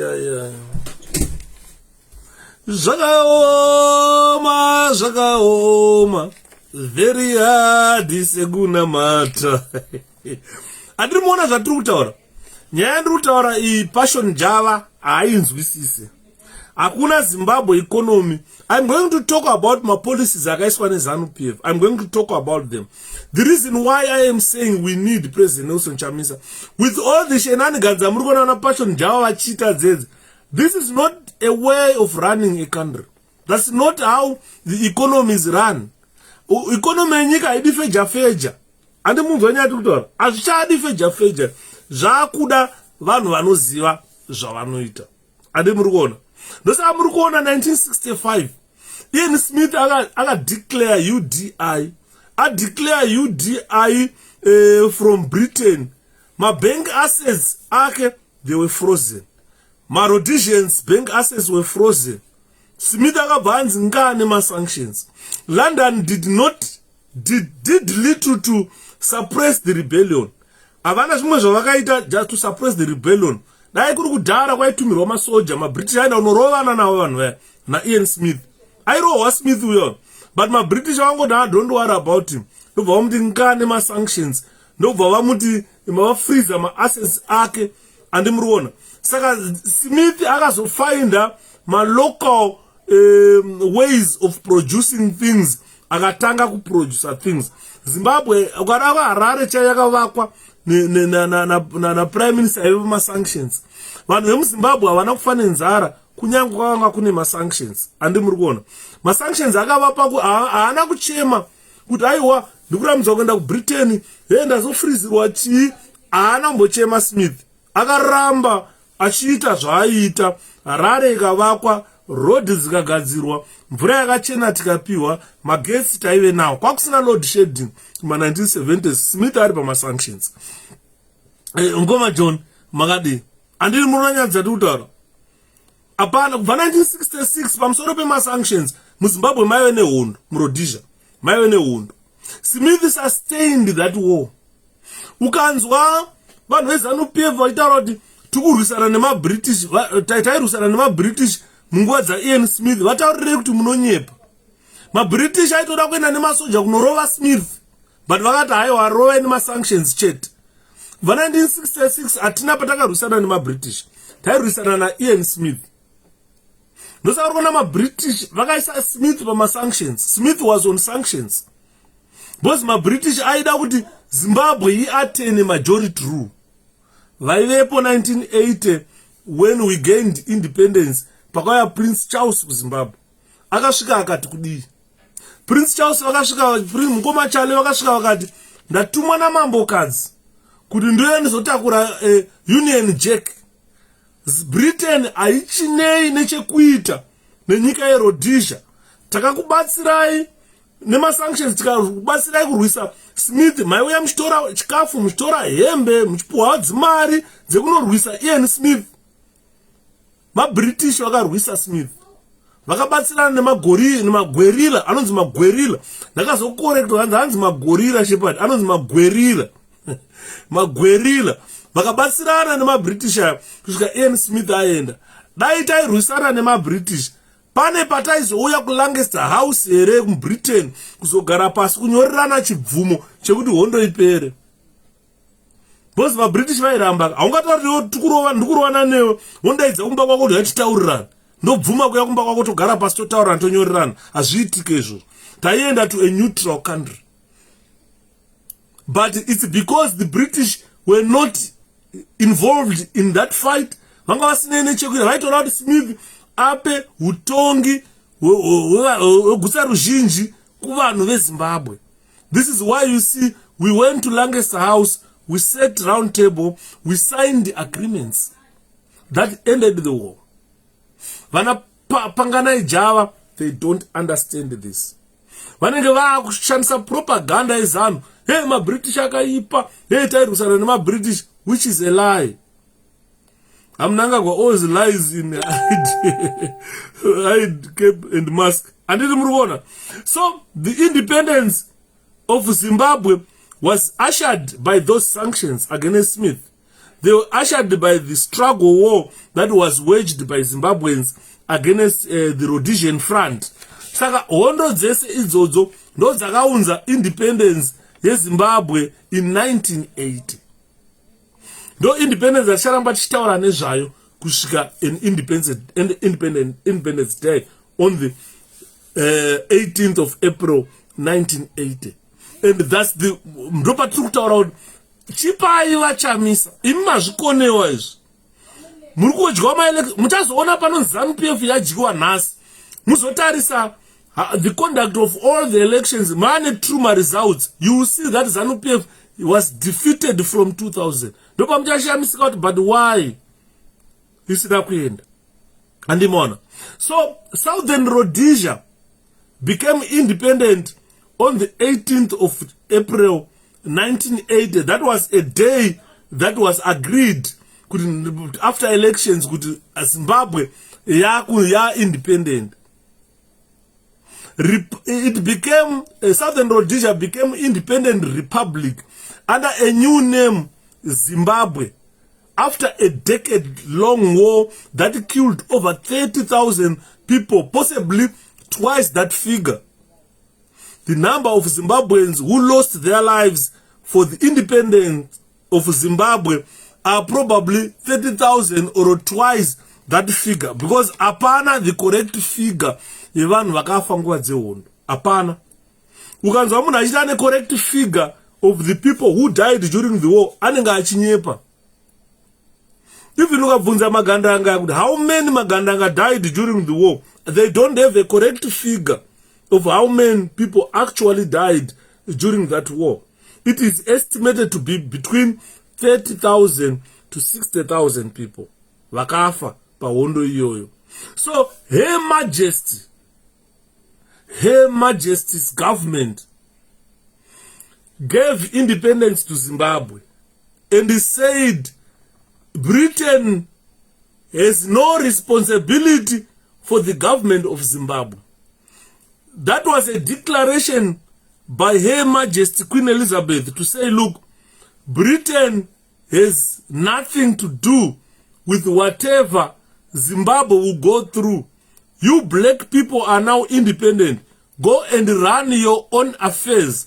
Go and put your own economic policies. Go and determine whatever way you want your country to take. That was a very important declaration by Her Majesty's government, Britain. So it is now 42 to 43 years since that independence came. Zimbabwe has existed for almost 43 years now as an independent state. By 1908, Zimbabwe was handed over by Queen Elizabeth. Vakatuma mukoma chale vaivepo makore iwayo, mukaziva kuti paive nesongo yakaimbwa naChing'singayira muRufaro Stadium on the Independence Day. Akaimba songo yokuti mukoma chale takurai shoko mopa mambokadzi, mukoma chale Elizabeth takurai shoko mopa mambokadzi, o takurai shoko mopa mambokadzi, mukoma chale brother chale, carry the message and pass it to the queen. Mdara Alexander song yakaimbwa 1980 muRufaro Stadium, yakaimbwa na comrade Ching'singayira, wamakatadza kunoviga kuHeroes yeka kwamakaviga Bordagezi. Ching'singayira munomufusira kumachonyonyoko azanu inoganga zanu pievu. Musafe mchikoti musangoti zanu ine vene vayo zanu haisi yenyu mese. Andimona song yakaimbwa namukoma chale na mukoma Ching'singayira vachimba mukoma Prince Charles. Prince atumwa na Queen Elizabeth, Her Majesty's government, kuchena untora Union Jack muZimbabwe ati chinene Britain haichinei nechekuita neZimbabwe. Andimuriona takabatsira kuti vanhu vatema vawane independence. That's it. Saka we have existed for 43 years till independent, determining our own economic policies. These Marxist guerrillas, the groups that fought the European settlers in form of Ian Smith and his government, they fought to end this white oligarchy and establish a multi-racial, multi-party democracy in our country. They did not fight for one-party state, but they fought for multi-party system. One man, one vote. Ukanzwa pakabuda 𝗵𝗱𝗺𝗀𝗃 muZanu-PF. ZANU-PF yakuimba zviri kuimbwa naNatafadzwa mugwadi zve-one party state. 𝗵𝗱𝗃 rakataura kuti we did not fight for one party state in this country. We went to the war, we fought the white settlers, and they said we want to introduce democracy. And the democracy that we fought for is one man, one vote. We did not fight for one party state. And Edgar Tegere declared Mugabe the state enemy. I didn't want. Tragically, the guerrillas, they also fought against each other.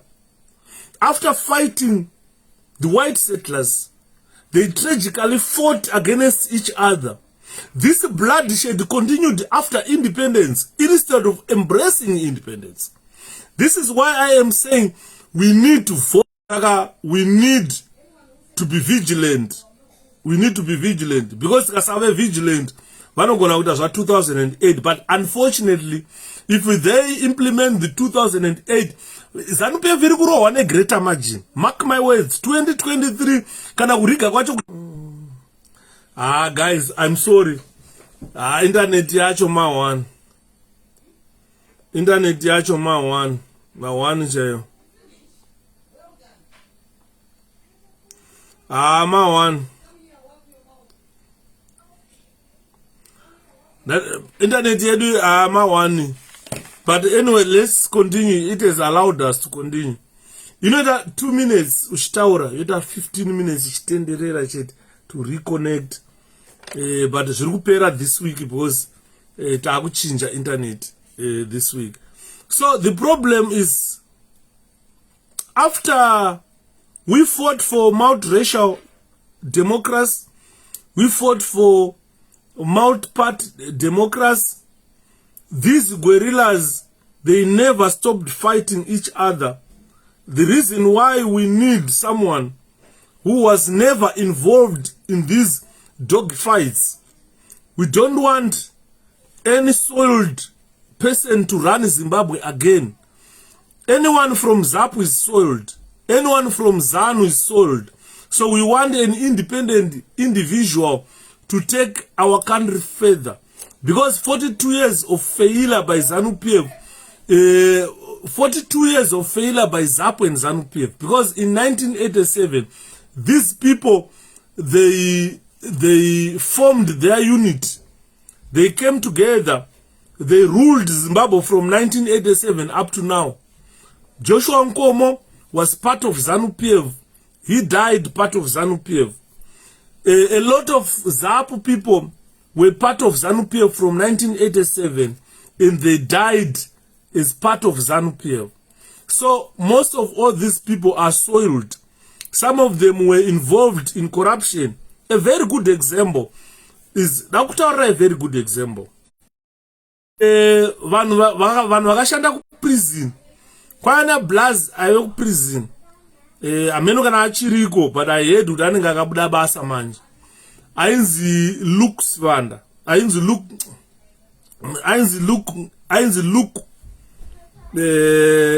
Blaz. Guys, network guy. 10 o'clock, no one's also 12 o'clock, lupa inoenda. But, the guy is not to it, say. Saka kuna Blaz, ainzi look, yeah. That gentleman, Captain Lea. I've disconnected. Your internet connection had been restored. Now that it disconnected because it's so poor. But this week, that's the end. 3 guards are this week. Atisha idito dzokera iduku sky. Saka murikona nyanda ichitaura kuti look, iye akauraya Captain Lea. Yeah, I'm having a network problem. Auraya Captain Lea. Ngoma akabva afa. Look, asina kupromote ku prison. Akazoenda nemwe nechimwe chimbuya hanzi chaku officer commanding Matebelelendu. Amenti mazapo anochengeterei vanhu vakadaro. Chimwe chimbuya chinonzi mbuya mpofu, so hanzi cha deputy commissioner and assistant commissioner ameno chinonzi mpofu. Chimwe chimbuya so chakapromotwa from nothing. Ndikabvisa rankings unosara usina chaunacho to PPO 2 stars. Chakaenda na look kunochema ku office ya Joseph Msika anga achiri mpenyu. Zvikanzi basa ramakandibatisa reya. zvamavakutopera mese ndisina kupromotwa moda kundiite sei ndopakabvanze zimondi mupromote munhu from rank from least junior to the rank that we can salute him anditi maona.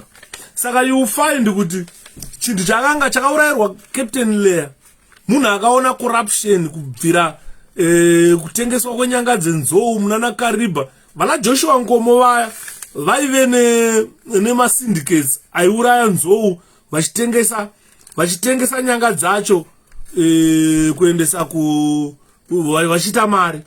Captain Leah vaizviziva zvese but vakanozvitaura paakanozvitaura kuHarare akabva atonzi uyo munhu mutengesi ngaaurawo akachema akati ndiri kuteerwa inini kuwange uko ndiri kungoteerwa pese pandiri kufamba nevanhu veZipra intelligence but zvakashaya munhu akamuteerera akazoonekwa akaora Captain Leah apfurwa afa aurawana nankewanana luku andi muri kuona.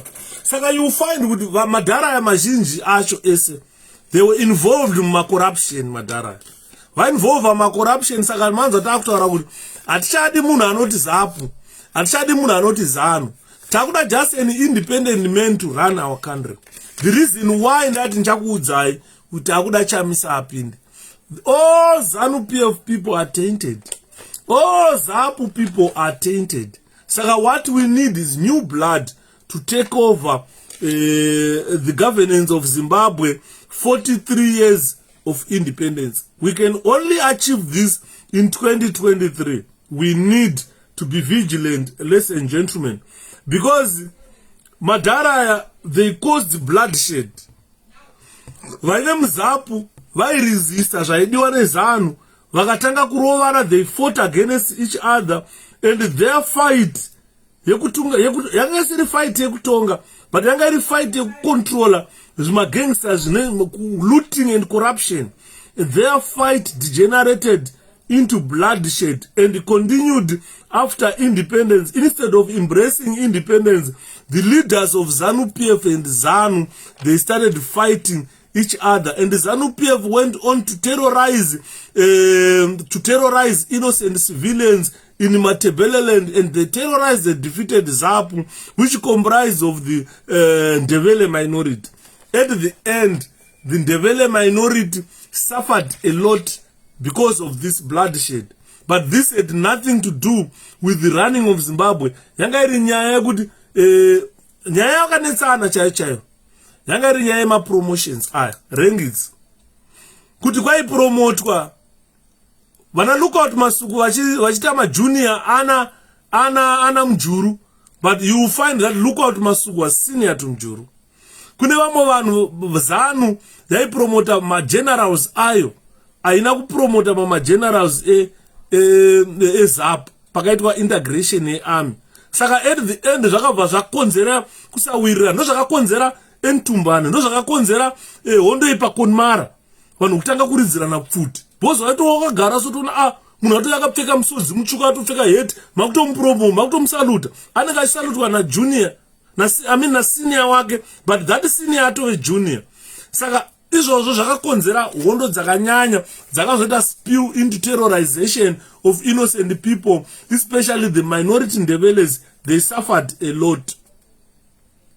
Andiri muri kunzwa ati maswera sei mukanya atetalis pindai mukoma Jacob ngenani ndichiti rest in peace kune vose vakarasikirwa neupenyu kuchimanimani. Zvinorwadza. I was going to talk about the chimanimani accident yepaJopa kuskyline kuya panenge ndaakunopedza, saka ndaida kundite rush into finishing this presentation because tikuita network problem.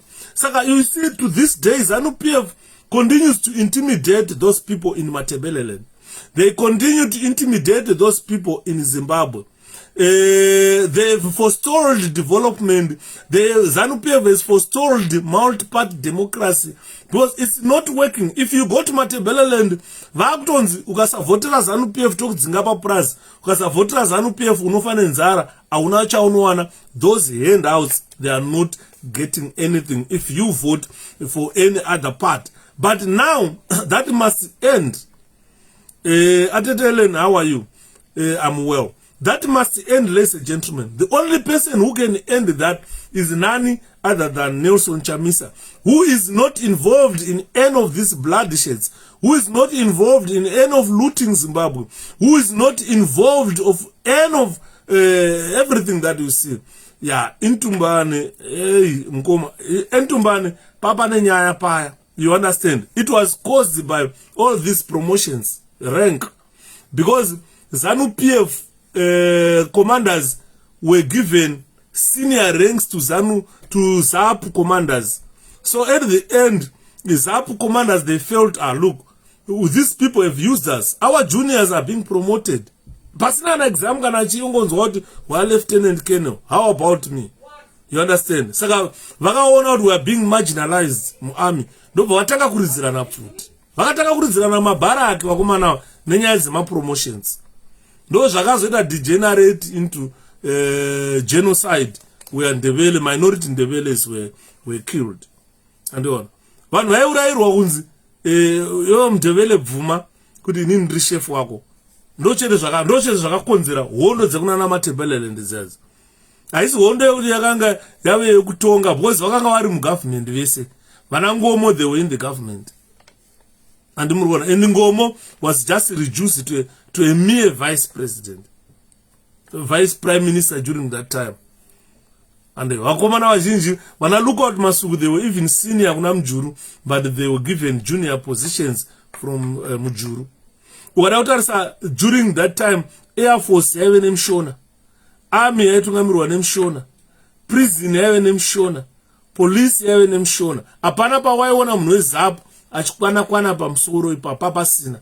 Saka ndo yakanga iri hondo yawo yekuti why isusu we are being marginalized because we are the minority in this force. Ndo zvakakonzera. Azvina kuperera ikoko kudenga. Even ma junior ranks yawo chaiwo. MaZAP, they were juniors. Vakasara vari ma-private. Ma-senior commanders eZAP vakasara vari ma-private. Saka zvida kuvafadza ndo zvakakonzera mvukela izvozvo. Kana pane imwe nyaya kuti kana pane mwari kufunga kuti mvukela yakakonzerwa nezvimwe zvinhu anogona kutitaurira. But what I understand, zvakakonzera Entumbane disturbance, zvikakonzera Connemara disturbance, pakatanga hondo idzo kunzi vanhu vaZipra nemazandla vakupfurana. It was because of after integration 1980 vaimirira maranks kuti abude. Pakatanga kubuda maranks kuma 1981-82 vanhu vakatanga kuona pamaranks paya kuti apa hapana komanda weZAP, apa hapana komanda weZAP, apa hapana komanda weZAP, apa hapana ZAP, apa vanhu vakati aiwa maZipra, why maZipra ari kusara. Andimona ndo zvakakonzera hondo from 1982 dzikatanga kurira futi mabharaka vanhu vachipfurana. Yanga iri nyaya yemapromotions aya. Andimona Java hazvizivi, Mugwadi hazvizivi zvandinotaura. Andimona tine vana vacheche vakazozvarwa kuma 1990 vana Mugwada, they don't understand this. Vakazvarwa kuma 1988 vana Java passion, they don't vanapanganai, they don't understand this. Ndarase ndanyarara ari panapa, he understand what I'm saying here. Anozviziva zvandinotaura izvo. Andimona. So after that, the new authoritarian regime yana Robert Mugabe haina kuzombo improve the financial condition of Zimbabwe. When a government fails to improve the financial condition of a country, that means the president must go to Russia and talk to Putin. We are ready. As goes vatinonzwa kuti ZAP yakasara pane question yanditiza. Koza zvatinonzwa kuti ZAP yakasara nezvombo ichokwadi here chimurenga. That is not true, because paingonzi kwabatwa zvombo zveZAP paprazi, pakanzi kwabatwa zvombo zveZAP paprazi, but ukada kubvunza kuti zvombo izvi zvaivigwa zvakavigwa nguvai. Because when we talk about end of war, papera hondo takaenda kuma elections. Taenda kuma elections, takatanga kuenda kuma ainzi ma assemble points. Kuma assemble points vanhu vese vainzi unzai zvombo zvenyu. People surrendered their weapons. vasarenda their weapons, they were taken into armories. Hapana weapons akatorwa achiendeswa elsewhere. Tozonzwa kuti kwabatwa motikari dzakafusirwa pasi, zvadzanga dzafusirwa nguva because hondo yanga ichangopera 1979, 1980, people were concentrating nezvinhu zvekuvhoterwa zvema-elections. 1980 vanhu vachicelebrate independence. 81, 82 hondo ichitanga yekumatebeleland. Saka tikutaura kuti pa81 ndo pakavigwa zvombo zvese here zvakazoita kuti vana lookout masuku vavhariwe. Andimona, there is no truth in that, because up to now not even anyone from ZANU-PF is talking about it. Not even anyone from ZAP is talking about it. So it shows that there is no truth in that. Kuti 1981 chete ndo gore rakavigwa zvombo here, because pa 1981 vakanga vava mugovernment kamadhara. I think Ngomo was vice prime minister. Let me check if I am not mistaken. Kuti Ngomo was vice prime minister. Let me check. I need this to be prime minister. I need this to be clear. Joshua Mutabuko Nyongolo Nkomo, 19 June 1917, that's when he was born and died. 1999, the previous office president, vice president of Zimbabwe, 1990. Let's see what he was in 1982.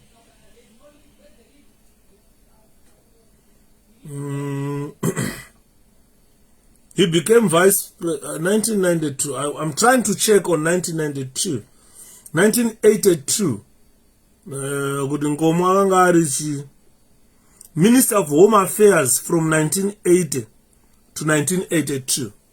Joshua Nkomo was a Minister of Home Affairs.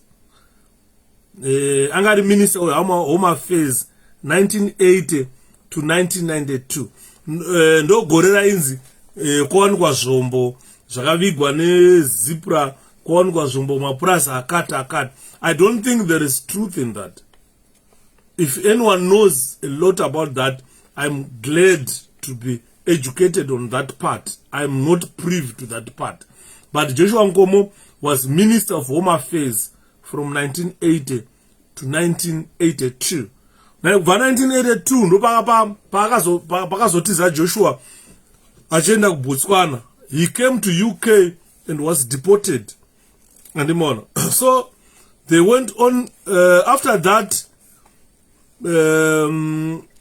because after 1980 and you still have your buzz yuda mkoma then ndo hembe mzeke kai ndaipfeka nasi hembe mzeke ndaipfeka nasi kuti vanhu vamboiona ndoipfeka pamuwo pambo vanoona ngofunga kuti regai ndimboirova nasi hembe iyoyi.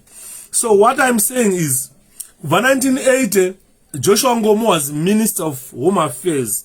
Kubva pakanga Minister of Home Affairs ndopa dzakabva chadhuka after 82.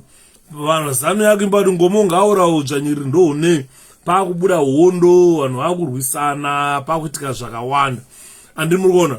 So the government of Robert Mugabe by that time failed to quell all the disturbances which erupted and ended up genocide. Because Mugabe, he wanted to implement a socialistic ideas where the government would control economy. Thank you, Atetalis. Would control economy. But all these policies, Zaitwana Mugabe, they failed. Zimbabweans did not have Anzim Koma Yuda tells how 𝗏𝗏𝗧𝗏 are linked.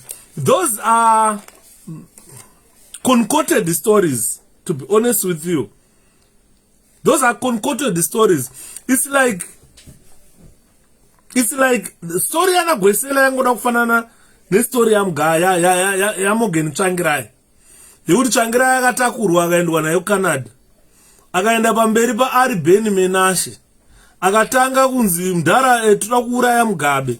Tsvangirai, and I was confused. What was this discussion for? And this was Atangata Fambira. So what's the storm with Makandiwa? I'm Ziwa Mkomaden.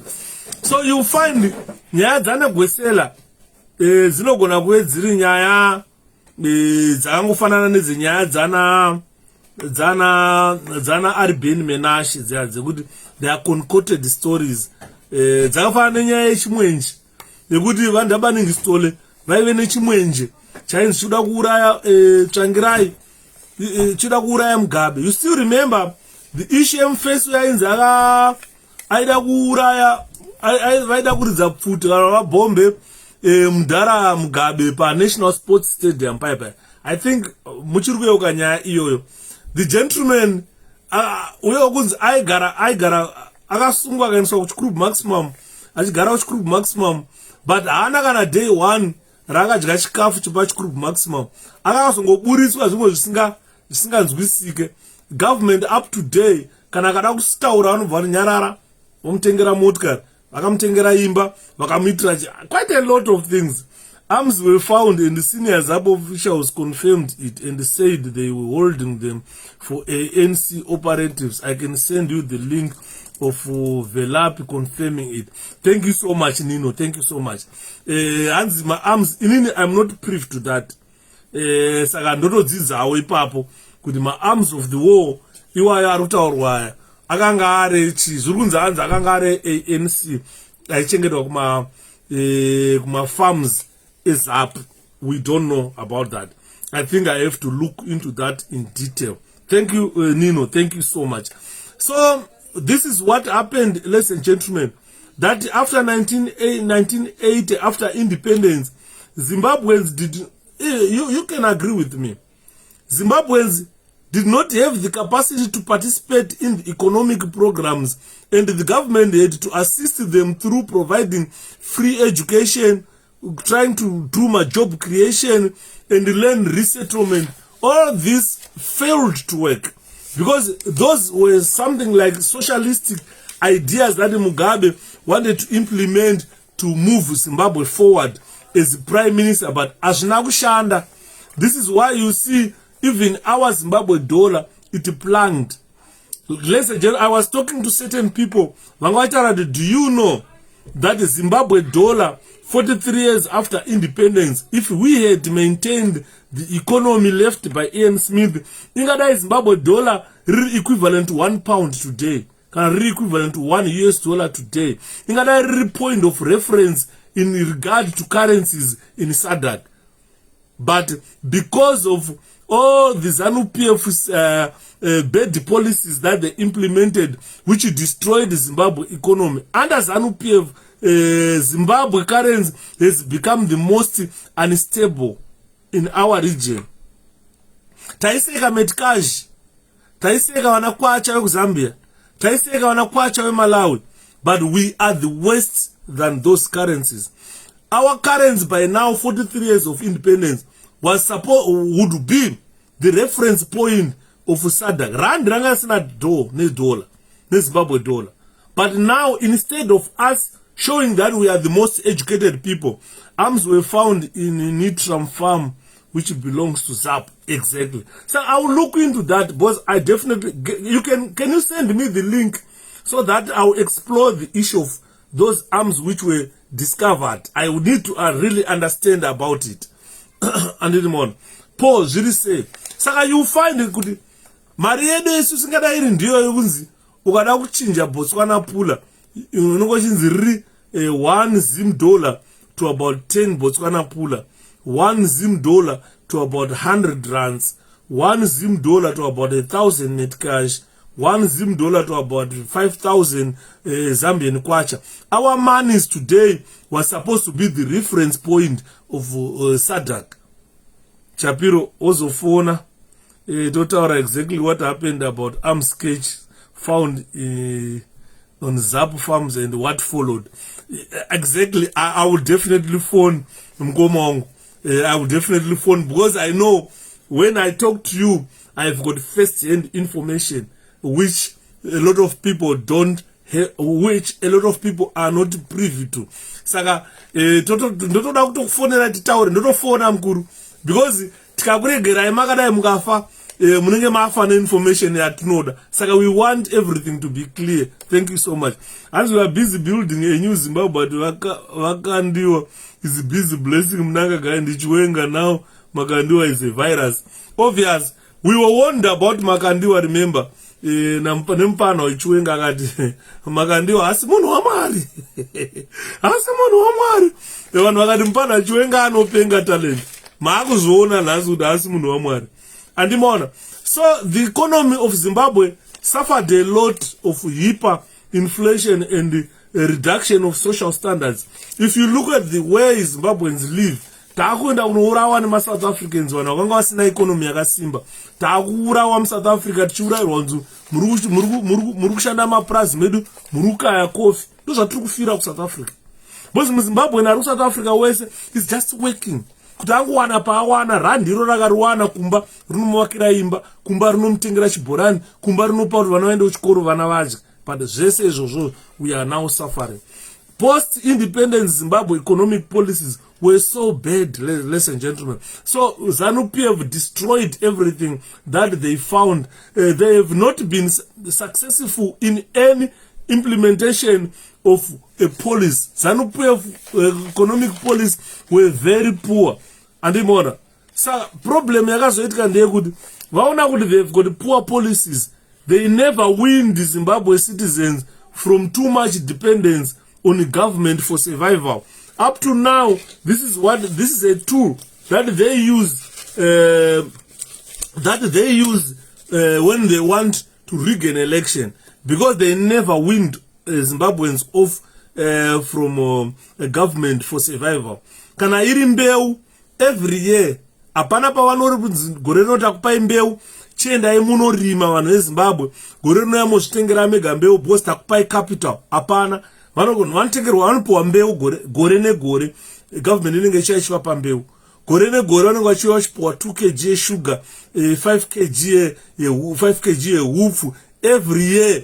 Saka you will find that we've got a very bad dependence syndrome that we have as Zimbabweans. Even our government has got a dependence syndrome. If they talk about Britain, don't ever think that they talk about whatever they sold to Britain, they were not paid. They talk about 𝗭𝗶𝗺𝗀. They want to go to IMF to obtain 𝗭𝗶𝗺𝗀. They want to go to World Bank to obtain 𝗭𝗶𝗺𝗀. They want Britain to give them food aid. They want America to give them food aid. Our government has got a dependence syndrome that you see today. We cannot walk out of it. When they go to America, kunokumbira chihupfu, kunokumbira chibage Kenya, vakauya vakukambenesa nacho maruzeva, tivoterei tikupei Kenya, kunge ndo vakairima. Tivoterei tikupei rice, kunge ndo vakarima rice racho. These are donated food that are donated by the Western government. The same Western government that they talk of, they avanoshaudha on daily basis.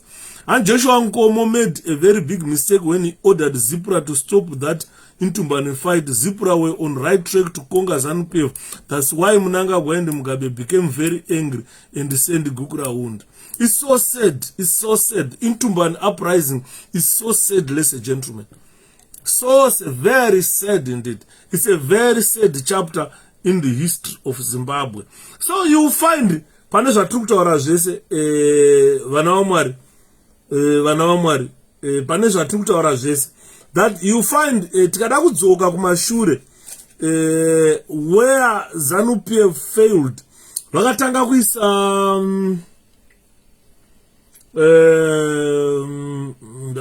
ndakutanga neimwe policy yavakatanga kuisa Zimbabwe Program for Economic Social Zimpressed. Regai tuone growth policies akatangwa neZANU-PF. Economic policies timeline from 1980 to 2018. I'm going to talk about them. America has no land, but they donate food towards a bread basket of Southern Africa. It's so sad. Kuti tinodya rice robva kwaAmerica, tinopiwa food aid naAmerica. after that vanonzwa vachituka kuti ma-western countries. Saka dakutarisa ma-bad economic policies akaiswa neZANU-PF kubva musi wa1 February 1981. ZANU-PF yakaisa a policy yainzi growth with equity, yainzi 𝗭𝗶𝗺. Tatiri vana vadiki pazvaitaurwa zvana 𝗭𝗶, but vana vanga vakura they knew about what 𝗭𝗶 was, which was a growth with equity in 1981. In same 1981 vakaita transitional transitional national development plan yakaitwa neZANU-PF. This national development plan yakabva 1982 kusvika 1985. Ndobva vaisa yavaiti first 5-year national development plan yakabva 1985 kusvika 1990. Muchiri kuziva here ma 5-year development plan aiswa neZANU ndoatiri kutaura nezvawo panapa. Akanga ari ma economic policies which failed. From 1981 vakaisa yainzi 𝗭𝗺, yainzi growth with equity in 1981. Kubva 1982 kusvika 1985 vakaisa transitional national development plan which never worked. Vakaisa first 5-year national development plan from 1985 to 1990. Ndopakatanga ma 5-year development plan ipapa azvina kushanda. Musi wa 18 January 1991 vakaisa economic structural development program yainzi 𝗍𝗵𝗺 kubva muna musi wa 18 January 1981. Saka yakarana from 1991 to 1995. 𝗍𝗵𝗺 ndobva yafeila. Musanyeperwa kunzi ma-British ndo vakatifailisa apa. Queen Elizabeth had surrendered Zimbabwe to black people kuti chizvitongai sezvo makataura moda kuzvitonga kuzere. ZANU-PF ndobva yatanga kuisa ma-policies atiri kutaura. Musi wa 18 January 1991 vakaisa 𝗍𝗵𝗺. 𝗍𝗵𝗺 yakamhanya kubva 1991 kusvika 1995 ikafoira. Kubva musi wa 20 February 1998 Zimbabwe Program for Economic and Social Transformation yainzi ZIMPREST. Iyi munoiziva iyi, mamakura vazhinji vari panapa vanga vakura. ZIMPREST yakarana from 1996 to 2000. Vachiri kuziva ZIMPREST ndo paive neeconomic, paive nepolicy yekunzi magadhijere, mapurisa nemasoja taiwana pay increment every month for 2 years. Va 1996, 97, 98 apa 96 gatisaiverenge, ngatange 97, 97, 98, 99 3 years. Because 98 ndo yakazopuwa decision yekuti handei kuDRC kuhondo. 97, 98, 99 takaita 3 years usingazive kuti how much do you earn or how much yauri entitled. 96 tichipinda basa taihora $1,300. But patakapinda 97 yaikwira pay yedu, salary yedu every month. Waiona this month mune 3,000, next month mune 4,800, next month mune 6,000, next month takahora mari dzatatisingazive kuzvoona. Patakasvika 2,000 paya tatichazive kuti kuhora mari.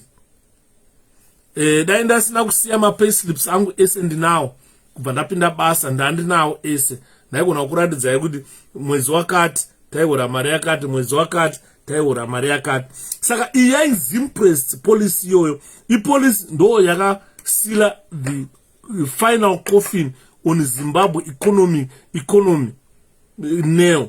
Saka kubva musi wa 29 March 2000 kwakaiswa inonzi Vision 2020. ZANU-PF yaifunga kuti 2020 hatisvike. And long-term development strategy yakaiswa musi wa 1 August, yakaiswa musi wa 29 March 2000. Ndo pakaintroduced Vision 2020. Vision 2030 yakuiswa yakafeila. Vaitarisa kufeila kwakaita Vision 2020. Vision 2020 yakaiswa musi wa 29 March 2000.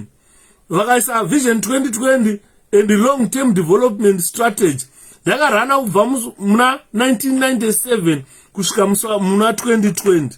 Chitarisai how our economy in 2022 kuti economy yeZimbabwe yakamira sei. Ndopamunoona pandikutaura kuti vakomana policies aya, they were suicidal policies which were introduced by ZANU-PF, and they never develop our country. Ndosaka munzwa ndiri kutaura kuti we need new leadership. We need President Nelson Chamisa kuti vaite take over the governance of a country. These people vane blood in their hands, they will never better our economy in our lifetime. Vamwesa policies eu 2030 vanozva kuti 2030 pamwe havasvike vanenge vafa, imusara muchingotambura nyika ichienda mberi nekushupika. So kubva musi wa1 August 2001 pakaiswa yainzi Millennium Economic Recovery Program, yainzi 𝗓𝗡. Iyoyo munoiziva mamakura emimi, yakarana from 2001 to 2002, hapana chakabuda. Musi wa1 February 2003 kwakaiswa National Economic Revival Program, yainzi 𝗓𝗡, ikarana kubva 2003 kusvika 2004, hapana chakabuda ipapo. Kukazva yainzi Macroeconomic Policy Framework, yakaiswa ikarana from 2005 to 2006, nanhasi hakutina mafurutsu ezvakabuda ipapo.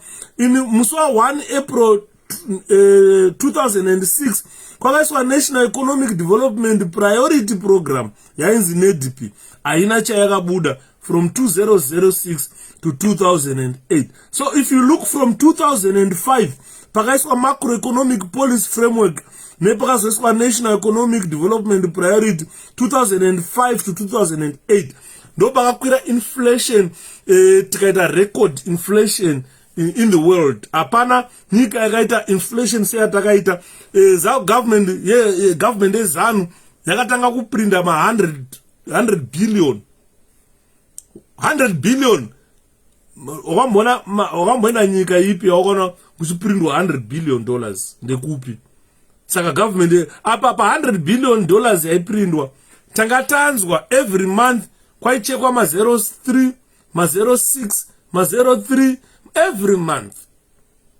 Yaiti vakacheka ma0 ese vaimbosara rapa $1. Yotanga futi kukwira kusvika yakwana 100 billion, wocheka futi ma0 ese yosara yapa $1. Saka ndopa vaita maplan avo iwaya wana Macroeconomic Policy Framework zvakatadza kushanda. Vakaisa National Economic Development Priority Program zvikatadza kushanda, which ran from 2006 to 2008. Vaka 100 trillion takamaona yakawala Zimbabwe.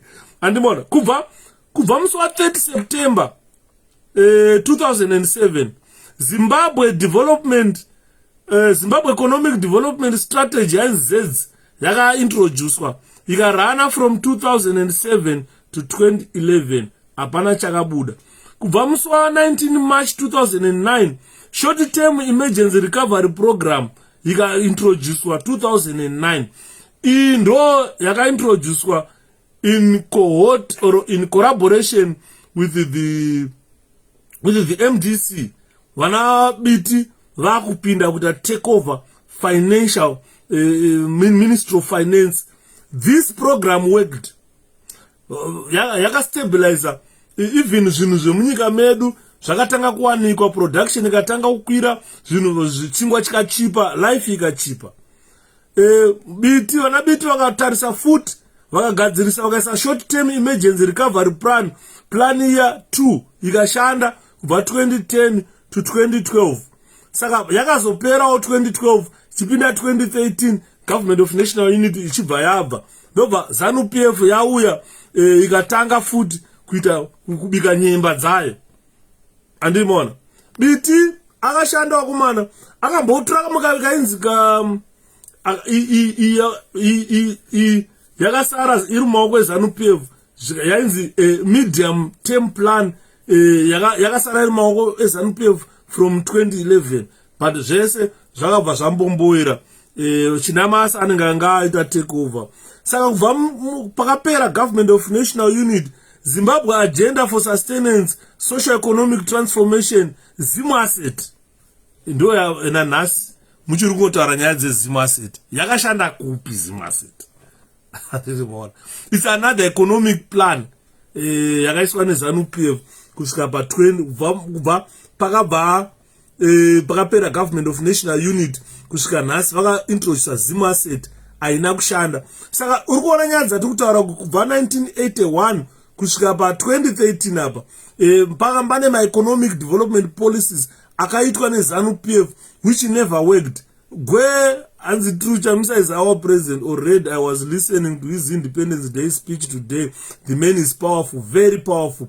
Saka urikona kwakauya vana Gwe, kukauya vana TNDP, kukauya vana FFYNDP, kukauya vana 𝗓𝗔𝗺, kukauya vana 𝗓𝗔𝗺𝗀, kukauya vana MEP ikadzoka vana NEDP, Z step 1, step 2, kukauya vana MTP, kukauya vana 𝗓𝗎.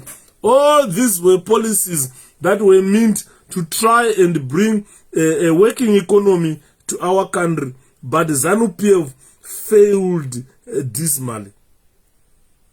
And so the first from independence to 1982, it was accompanied by an economic boom and characterized by twin phenomenon of the adoption of redistributive policies and a high level of mutual suspicion between government and its capital. So you find it never worked. All these policies, economic policies that were put by ZANU-PF, they never saw any development, any development of anything. This is why Zimbabweans, we are suffering, ladies and gentlemen. So the growth with equity from 1981, it never brought anything to the country. The growth with equity was also characterized by land resettlement on a willing buyer, willing seller basis. No patakapuwa minda mirefu makoraya. No paibatwa mahure, mabawa achinzi batai mahure aya, mbawa vanhu ngavabve kuita chihure. Vanhu vachisungwa vachikwidзwa mazimotikari aya, 𝗓𝗏𝗧𝗃𝗍 vachiendeswa kumapurazi kunodimburwa minda, vanhu vachiramba. Passion javanga apo here. Mai vake pavakaramba kutora munda 1981 kana muchiruza operation yanzi chinyavada mamakura panapa. Come on mazimba ndikutaura zvamuziva panapa. There is nothing new chatiri kutaura pana. 1981-82 kwakaitwa operation yanzi chinyavada. Amuziva here chinyavada imimi? Mukoma Deni Temba vanofana kuziva operation chinyavada. Mukoma Bernard Matongo vanofana kuziva operation chinyavada pano. Yakaitwa nehurumende, masupport unit achideploya po mabawa, vachipinda mabawa vachibata chero hure ravaona mbawa, vachitora vachikanda mazurora aya macrocodile. Location ruchisara rusina mahure. Kuseni vanhu vachimuka vachichema, handisikuona mai, handisikuonani. Vatakurwa vese vanovharirwa mahure. Vaiti kana vavharirwa votakurwa voendeswa kuminda mirefu. Royanzi operation chinyavada. Vanhu vachiendeswa kuminda mirefu vachisvika vachinzi tokuchekera riri munda panapa, toda kuti urime usiyane nezvekuhura mbawa. Akava takamboonerera Zimbabwe. Ndo operation yaitwa yeGwei. The black, but that time the blacks did not have any capacity or resources to purchase that land. Hurumende yakatenga land, ikatanga kupa minda yo. There were massive subsidies for services such as education and health during that time. Pakabva Gwe yakatadza kushanda. Because ZANU-PF the way yanga isingane unodzisa vanhu toda kupai minda, toda kuitira ichi, toda kuitira ichi. Saka yakaive nemaproblems ayo. Ndofunga vanhu vaivepo vaiziva zvandiri kutaura. Vanhu vaivepo vari kuziva zvandiri kutaura. Operation munda murefu atetele mauzi maiziva ya 1980, 81, 82. Operation munda murefu maura akachema chinyavada, that was madness. Koma bed muchirikiza operation chinyavada yaiuya ichitora mahure ese mbawa kungovhara komba bhawa nepfuti so takura mahure ese kuvharira muchirori enda ainawo mahure. Varume vaidzoka vari vega. Waiti kana une mukadzi wako ukaenda nemukadzi wako kubhawa wanga usingadzoke naye, aibva atongotorwa hure uenda unovharirwa. Mangwana umuka udrive wakuenda unana nyamakati unotemerwa minda nzipako iwo unouya uzorima apa hauna kana chekugoboresa kana chokuita sei aona vaingosiwa musango nyawada aya ukabvunza passion java nyaya ndokutaura haizivi ukabvunza tafadzwa mugwadi hazvizive zvandokutaura panapa badidi maona zvakaoma saka you find kuti pakazouya yainzi the 5-year national development plan yakaiswa neZANU-PF that failed to work as well because kada kuona what it was supposed to achieve is to establish my enterprises in a strategic industries, but it never worked like that. State participation in existing strategic enterprises with the role of state gradually increasing until majority of all ownership is attained by the state. No pakatanga ma companies ave industrial ave controlled by the state, but it never worked because you cannot control production usina chauri kuvapa ipapo. Anduri kuona zvakawanda zvakaitwa neZANU zvikatadza kubudirira. Ndosaka makona takutaura kuti varume tiri kuda isusu takuda change of government. Takuda change of government because zvinhu zvikarega kuchinja izvi andione kune kwatiri kuenda nenyika yeZimbabwe. So what we want is proper change of government. Kana hurumende yachinja tochimboita reflect the political economy of Rhodesia. Takuda vanhu vanoziva vanovhura pfungwa. Yes, I heard about it. All our proceeds were taken to munda murefu. Iyo yanga yakaipa. Bvunzai mudhara matongo. Vanokutaurirai panapa. Yanga yakashata operation yayi. Takamuka kuseni maroja musisina muZimbabwe uresa atoro. Mudhara aigara pa next door pangu. Aenda kubhawa nemukadzi wake. Akadzoka mudhara asina mukadzi. Mukadzi aenda. But wambhawa nzuhure. Mukadzi akaenda. Akasiwa munda murefu. So the direction and the progress yatoda kutarisa when President Nelson Chamisa, we want to look at the rural development in Zimbabwe. We want to look at the rural development in Zimbabwe. Every sector in Zimbabwe of the economy must be controlled by sound policies, not racial or tribal segregation. We don't want to adopt whatever happened during the Rhodesia time and during the first and second dispensation.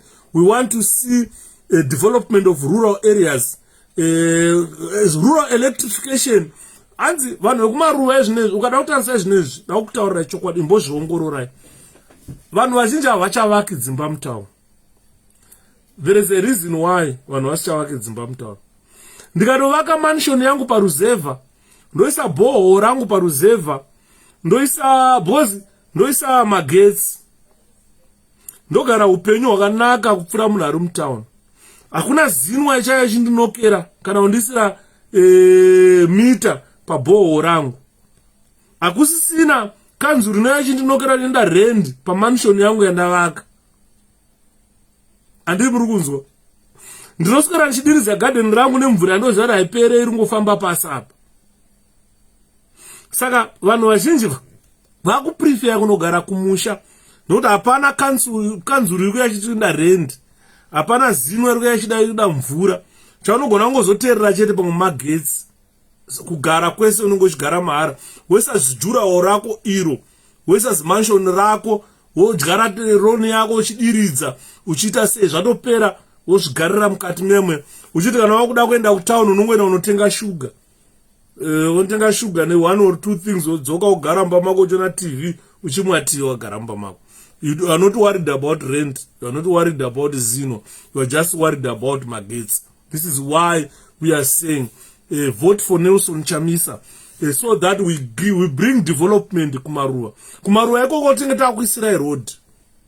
Kurudwa road. After 43 years of independence, Zimbabwe haina third road inoenda kumaruwa. Hakuna. Wondobva pakapera mutara isati yasvika kumkumbura. Munombozviziva izvo. 43 years of independence, tara inobva paMount Darwin iya haisati yasvika kumukumbura, inopfuura padotito dai rushinga 10 off haisati yasvika kumukumbura nanhasi. 43 years of independence. Saka tiri kutaura kuti now this is a clear failure of ZANU-PF. The reason why we are saying we need Nelson Chamisa to take over governance of this country, because Zimbabwe government, first and second dispensation, they all followed the British South African company yaitungamirwa naSisu John Rhodes, yakauya ikaita colonize our territory. This territory is now called Southern Rhodesia in 1890. And those people, it's better that avakasvika develop our territory. ZANU-PF first and second edition, they never developed our territory. Vanhu vasina basa nekuziva Zimbabwe vandanga ivo maforeigners. ZANU-PF vanhu vatema. President ari kutonga Zimbabwe iyoyo ari kuzviti president munhu akazvarurwa muZimbabwe, munhu wekuti anofanira kuve proud of building his nation, but haana kana shungu dzekuvaka Zimbabwe. As I said, Makando, how far you the preaching about ED and dying 𝗏𝗏𝐶? What's up? And now we want to come and independence presentation. Those who are in the Mangwana, no, and not our Anisha Makando. Mangwana Tom Varura. Adimona, both Sataura Anisha independence foot Mangwan, says what took our Anisha Zona. Saka Tukutaura, the relevance of Nelson Chamisa, why Zimbabweans must vote Nelson Chamisa into power. The people, the foreigners who came to establish the settlers who came to establish a government in 1923, who came in 1890, they developed Zimbabwe. But the first dispensation that came, led by Robert Mugabe, they behaved like foreigners. They never developed our country. Second dispensation is not doing anything. And they are not even worried about developing Zimbabwe. Saka Zimbabwe, it was developed or built by settlers, but first and second dispensation are not doing anything at all. They don't care about the welfare of the people of Zimbabwe. What they only do is escalate hatred between Develers and Shona, Rovanai. And vachiva rusanisa matebelele ndikwacho ukaenda kune akuna development yakaitwa andimona. Saka the relevance of Nelson Chamisa, this is where I said we must see the relevance of Nero. He is none-is-an. He is none-is-up. He is not involved in those atrocities where Develers were massacred. He is someone with clean hands who doesn't have blood in his hands. He is someone who we should entrust with everything that we do. Remember, Colonial is my tribal trust land. Aitwa kudara nemabhunu. Ekuti 80% of all the population were put there my tribal trust land. Today, we are still confined there. All the farms which were taken have been taken by the elite ZANU-PF. That is what must be reversed, not the land reform. Wana ED are technological and friendly nyika. Iri kusarira nekuda kwema ZJC dropouts and ZANU-PF. Honestly, most of them, they dropped out vari ma grade 7. Why don't I want? Kutaka jamba ndiri grade 7 ndikatizana kaenda kuhondo. Adzoka ndiye wamakuti managing director we NRZ. Haana mboita even effort yekuda kutraya kuwedzera dzidzo. Wadakuona ukaenda kuma fire emadhara ndo paunoseka. Certificate ranaro mufire make ndrewo veterans. Munhu akanodziswa kumhanya, kuwanda nyere, nekuridza AK, nekukanda magrenade, ndozviri pa certificate rake. Ndiye munhu wamuti managing director we NRZ. Ndo vanhu vamuti varane Air Zimbabwe. Ndo vanhu vamuti varane Zino. Saka kwana vanhu vakumwa masweji azvishamise. Tarisa ma qualifications emunhu ari kuhedha. Haakwanise kuemploya munhu akadzidza kuti amuitire basa. Anosvika kutorerwa basa. Imi. Nyika ikai. grade 7 dropouts, ZGC dropouts, ndo vanhu vatiri kutaura nezvavo kuti ndo vanhu vari kutonga Zimbabwe. And motarisira vanoisa sound political sound economic policies ekuti the country should move forward. People who doesn't even know what to assume and what not to assume. They don't even know the meanings or the difference between Rhodesia and Zimbabwe. Rhodesians were settlers. Zimbabweans are native. Those are the people who are supposed to be building their country. We are the majority, the black population in our country. But akutange isusu tima foreigners zvatirangoti bhaku tobva tosiya varungu voita zvavanoda munyika medu. And if you talk to them unonzvaitaura kuti I'm a British, you ask them where are the British involved. And saka tine problem munyika medu, tine ma systems asiri kushanda zvekuti vanhu vatinavo they cannot make decisions. Havana ma decision making skills. They can't. Ukataura Zimbabwe yese, Zimbabwe ya a company yatagwire. Anything that needs to be done in Zimbabwe, zviruenda kuna Tagwire. If you ask them who is Tagwire, no one can give you an answer. Andimona. Ukanzi road kuda kugadzirwa Tagwire. Roundabout Tagwire. Pombe yemvura Tagwire. Matractor kuda kuunzwa munyika Tagwire. Nyika iri kuda fuel Tagwire. Imimi 21st century hazvidi kudaro. Zvinhu zviri pachena zviri kuoneka izvi. Corruption and looting iri pachena. Inenge ichingobata pana Tagwire. Chingobata pana Tagwire. Isusu hapana zvatiri kuita semaZimbabweans. Andimona. Saka ndiri kutaura ndikati zvaakuda ZANU-PF ndozviziva kuti ikadyiwa nhasi ikarova pasi Tagwire achaongororwa kuti haive Tagwire ndiani. Wamuri kuona hasi Tagwire, muri kuona munhu anenge Tagwire, hasi Tagwire. The real Tagwire achabuda pachena. Muchamuona kuti who is the real Tagwire kana ZANU-PF yabva. And muruona ndoba muchaona the real Tagwire. Saka let me sum up, ladies and gentlemen, before I go. Let me sum up before I go. Let me say, very few people know about the life of Zimbabweans, their culture and history. Ukaona vaZimbabweans vachitaura, vana Mugwadi, vana chonzani passion Java kana Panganai Java, those youngsters, they don't understand Zimbabwe culture and Zimbabwe history. If they are people who can understand this, what they simply need to know is Zimbabwe is a country for Zimbabweans. It's not a country that belongs to ZANU-PF, no.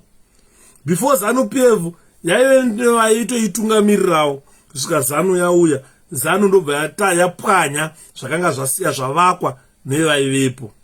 Java duzi. So many youngsters in our country, they don't know that Zimbabwe as a country, it existed as a colony of the British Empire. It existed as a colony of the British Empire. Zimbabwe, Budara, it was a British Empire. Other countries in Africa, they existed as French empires, where they were taken by the Netherlands. Zimbabwe is one of the countries that were under the British leadership or the British rule. It was under the British rule for more than 90 years. For more than 90 years. And Zimbabwe suffered from this, what we call European exploitation and tikapinda mu civil war. Tapinda mu civil war, fortunately the country proclaimed its independence in 1980. The new authoritarian regime did not improve the lives of the people of Zimbabwe, the financial position and the financial condition of our country. Robert Mugabe was known for his love for this socialistic ideas. Mugabe, nopaimba, part of my songs I construct, I imba about the socialistic ideas of Robert Mugabe. And Mugabe believed in government-controlled economy. This is why I was telling you about those policies from 1981 kusvika 1912 Zimbabwe, ZANU-PF under Robert Mugabe, ZANU-PF under E.D. Mnangagwa, or the first and the last dispensation. Let me say first and last dispensation. These two dispensations, they believe in this socialistic idea. They believe in a government-controlled economy. Under this socialistic idea, or under these two first and last dispensation, Zimbabwe currency has become the most unstable, as I've stated earlier on. The economy suffers from hyperinflation and reduction of social standards.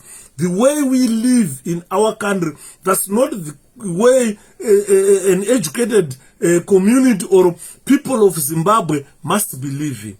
We live as paupers in our country. If you look at our social standards of living, unochema msodzi. Ukatasa mwana wa Zimbabwe, unochema msodzi. Ukapinda muHarare, unoti iHarare re. Ukatasa Marara, ukatasa Madende, ukatasa kudhara taiti kana takunonyenga vasikana. Ndakambokutaurira inyana. Kudhara taiti kana wakunonyenga musikana.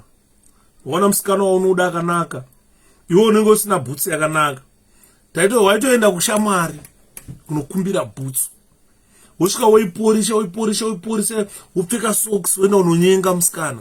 Vasikana vakudhara vaiti kana wakuvanyenga vaitarisa gumbo mako kuti une bhutsu here. Vangasina basa ndokapfeka kashoti kana ka-t-shirt, vaitarisa kugumbo une bhutsu here. Kana usina bhutsu, musikana aiziva kuti kurubva mwana wayo kune nhamo, anenge aende unogara kunhamo kwakadai, wairambirwa unza una bhutsu nevasikana. Saka we have gone back to that era, that type of social standard of living. Yekuti izvo zvakada kuti bhebhi ndeipi andarisa bhutsu. Akona usina bhutsu zvavharana. So in fact, independence is more important, ladies and gentlemen, than the financial stability. A lot of people think so. I think so as well. Kushaya bhutsu hakuna basa, kushaya hembe yekupfeka hakuna basa. What is important in our country is independence. Are we independent? We must be independent. If you are independent, une freedom yekushanda kuita zvaunoda kuti uzotenga bhutsu. Kana ukaona kushaya bhutsu kuti taona veZimbabwe, it's because we are not independent. Inini, I value independence better than financial stability. If you are independent, you can do anything that can make you financially stable. So the problem is we've got a country, we are not independent in Zimbabwe. This is why I am saying we need President Nelson Chamisa. Speaking of which, pane akamborambirwa kutadza kukwira bhazi 2002. Pakaipa baba vadro. Pakaipa. Zvakawanda zvatairambirwa nevasikana. Vasikana vaitirambira. But nyaya yebhusu kai unoiziva mudaro. Kuti kana usina bhusu yakanaka, waiti ukatarisa bhebhi richifamba rakanaka, ukatarisa mukomana wanenge achifamba naye anenge ane tech. Kudhara kwaine matech ainzi makonzi, anga akanaka stereo, mahigh tech. So waiti ukatoona mukomana akapfeka, waitoti ukatengerwa high tech namai. Ndishuruyo ukagorera ndakatengerwa tenda futu. Uchiziva tenda futu. Ndaiti kana ndabva kuchikoro ndaibvisa tenda futu yangu ndoisa pakona ndofamba netsoka. We are not free. We are doomed. Thank you, Ted. So you find that in zvangu, I value freedom than financial stability. Let us pay attention, ladies and gentlemen, to the efforts that Zimbabwe have made since independence. I have looked into that. I have looked into the efforts that ZANU-PF tried to put Zimbabwe on its economic policies, which never worked. Zimbabwe, there were economic policies which were introduced by Zimbabwe which never worked. And it tells people 𝗭𝗶𝗺𝗯𝗯𝘂𝗧 I vote for President Chamisa definitely. Atingarambe chita circus in life. Guys, if we don't vote Chamisa in power, we are continuing with the circus in life. Circus circus. So we must avoid continuing kutamba tsoro neupenyu, because upenyu you only live once. Takuchembera. Even now, usina boots nehembe, isina zita like Nike, Gucci, uripa mawani. Koma wilad. Tell us about the bus accident before you go. Thanks, Momo. I'll talk about that. Saka, you will find good.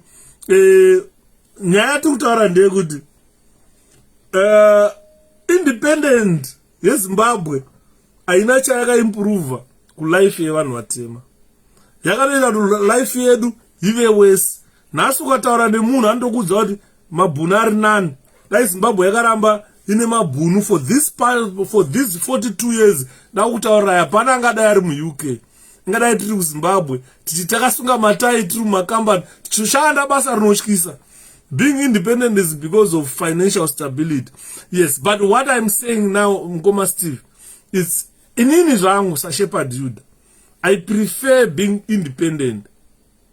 I prefer being independent than financial stability. When we grew up, we were never financially stable. We were never financially stable. And we were not independent. And we thought the independence that was brought by ZANU-PF, we were going to be independent and financially stable. But we don't have independence. We are not financially stable. Azvina kusiyana nezvatakakatiri kubva mabhunu akatotisiya tiri pari nani than patave nhasi. Handimunzwa kuchema kwatiri kuita. Saka tiri kuchema tichiti ngatitange tawana independence. Tavotera President Chamisa, then we become independent. Then financial stability will come after we become independent. And more, it is reasonable to analyze the history of Zimbabwe independence, starting from the period of the British rule. And more. In the 1880s, as I've stated earlier on, the British South African company, they arrived in our territory of Zimbabwe today. This company was headed by the British businessman 𝗓𝗓𝗄𝗎 John Rhodes, who was a keen supporter of imperialism. He came to Africa to research for the territories according to their usefulness for mining. Moreover, he wanted to expand the British Empire to the enormous extent. According to the idea of 𝗓𝗓𝗄𝗎 John Rhodes, the British Empire controlled the production of the precious metals and other resources as well as the labor in this colony. In 1890s, the BSAP obtained the new name Rhodesia in honor of 𝗓𝗓𝗄𝗎 John Rhodes. Very soon the name changed to Southern Rhodesia that occupied the territory of modern-day Zimbabwe. South Rhodesia was known for its typical colonial style. The Wise says the vast lands of Zimbabwe and developed agriculture there. The local black population was moved to the so-called reservations. They remained without land and could not support their living. There were laws that prohibited the local Africans to own lands in white areas. This racial division of land was very harmful for the local people. Secondly, Africans were excluded from the political process. They could not vote and occupy any notable public positions. Finally, they could not send their children to good schools and to live in the special non-white areas. Thus, the colony lived according to the laws of apartheid that existed in South Africa. South Rhodesia had to fight against the Axis forces during the World War II. Pakaipa, guys. In the middle, this is part of the history of Zimbabwe. What we Zimbabweans went through during the Rhodesian time, when we were Rhodesia, South, and then into Southern Rhodesia. So if we look at the middle 20th century, is known for the growing influence of African nationalism. The local Africans organized numerous groups struggling. That phone, I cannot answer it now. It is the one that I'm using. Sorry guys, I can't answer that.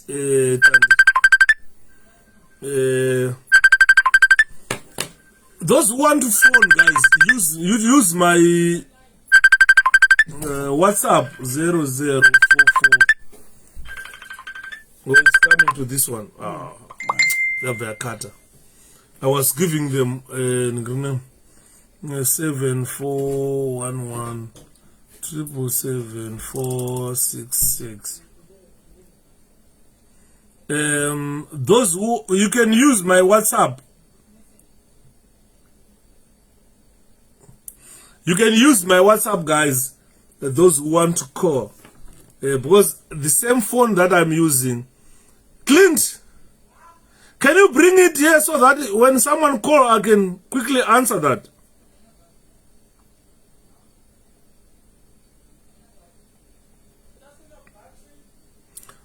Oh, I can put it on charger.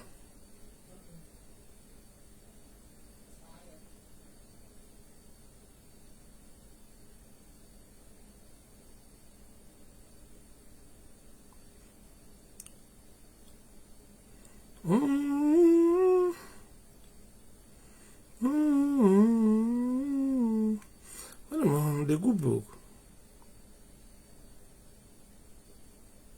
Sorry guys, so I was talking about this. If you look at the mid 20th century, this century is known for the growing influence of African nationalism. The local Africans organized numerous groups struggling for their self-determination. This is what we wanted as Zimbabweans, self-determination. The post-war period associated with the collapse of the colonial system in Africa, many colonies received independence and the chance for the prosperous future. The first native-born Prime Minister of Rhodesia, 𝗓𝗍𝗧, decided to make his country independent. Doubtless, the British refused to provide South Rhodesia independence unilaterally. The unilateral Declaration of Independence of 1965 stated that South Rhodesia was no longer under the British rule. People must understand. When we were fighting 𝗓𝗍𝗧, we were not fighting British rule. Smith had left British rule in 1965, and he declared this unilateral Declaration of Independence in 1965. That stated that Britain, South Rhodesia was no longer under the British rule. This document announced the first break of the United Kingdom since the US Declaration of Independence. The UK and the entire UN did not treat South Rhodesia as a legal state. No pamunofana understand. The country occurred in the international isolation for its anti-colonial movement. Very soon, in 1970, the country called itself Republic, but still remained unrecognized by anyone. The UK did not establish its control over South Rhodesia with the help of brutal force, and the country remained in further isolation and suffered from international sanctions. The weakness of the Rhodesian government was perfect for the African nationalists who wanted to throw away the whites from the continent. The Rhodesian Bush War started. This civil war lasted from 1966 to 1979, and its aim was to create a black majority in the government of the state. African nationalists were dissatisfied with the dominance of the whites in political and economic life of Rhodesia. The most fertile lands belonged to the white farmers, while the black people had to work on the poor land. Thus, the government of Ian Smith had to struggle against the forces of ZANU and ZAPU. The most influential personality of the radical wing of African nationalists during that time was none other than Robert Gabriel Mugabe. Very influential during that time.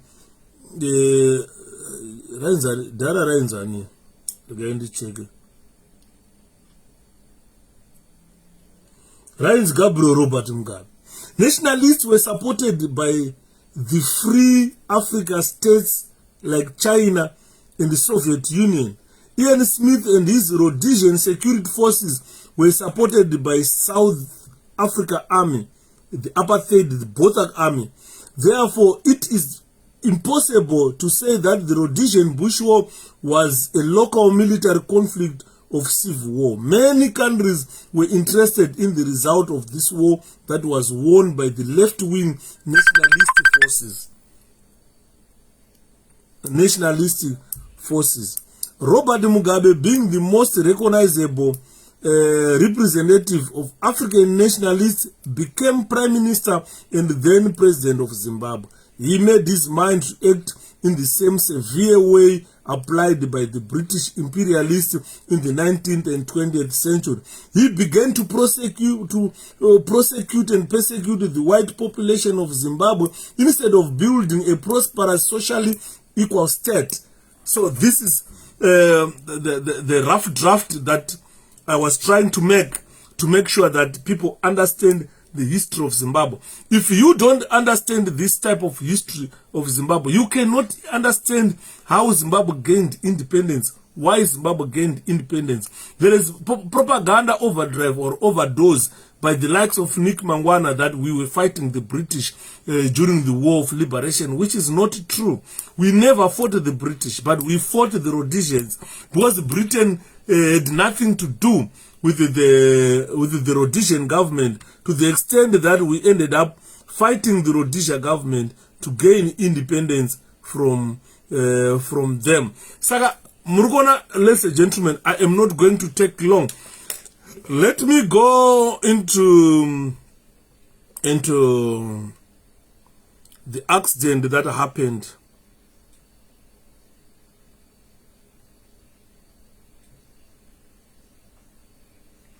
The accident that happened, ladies and gentlemen. Accident yakaitika kunonzi kuJopa. Kuduze neku 10 off kana kuti Skyline, kuduze neku 10 off paJopa. 10 off paya ukadzika unenge waenda Skyline. Ukabva kuchimani unosvika paJopa 10 off kana pa Skyline wotena. Pane mudzikirwa wokudzika uchidzika unopfura pa Skyline uchidzika kusvika wasvika pane makuva ematariana vakavaka road iyo vari pakona wakuenda kuchipinge 10 off Jopa ya ndo pane makuva ematariana aya. Road yaya is too sharp. Vanhu vanoziva road yaya. Ukana uchibva ku Skyline uchidzika uchibva pa 10 off pa Jopa uchidzika unenge uchidzika inoda driver ari very careful. Koda motikari ine mabrakes akakwana, because ukangomhanya paiwauraya vanhu. I know the area. Ndakambokwira bhazi ndichibva kuKaroi. Ndobva ndakwira bhazi raenda ikokuya. Ndobva ndanosvika pa Skyline 10 off ndaburuka apo. Kunenge kune mhute. Kunotonhora zvisingaiti. Vane weather yekuBritain. Saka area iyo is a very dangerous area. Kwafa vanhu vakawanda area iya. Yekuti kana wakudzika paya unofanirwa kuve very careful, because mukudzika kubva mudenga mugomo uchidzika wasvika unosvika uchipinge unenge uchingodzika chete. Saka kana uchienda unenge uchikwidza. Saka kudzika kuya kunoda munhu anenge ane motikari ine mabrakes akanaka. Ndashamisika kuona ZANU-PF government iri kuchema.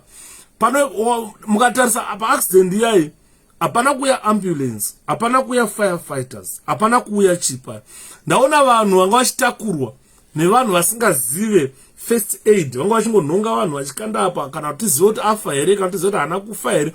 Ndofunga vanga vachingotakurwawo nedzimwe motikari dzakanga dzichipfuura dzimaya dzinokanda kuchipatara cheChipinge. Ukatarisa kuchipatara cheChipinge, Chipinge hospital yacho, ukatarisa mibhedha yacho unonzwa tsitsi, utarisa magumbezi akafugwa unonzwa tsitsi, nechikafu chaicho hapana. Andi muri kuona. Saka healthcare system yedu yafa guys.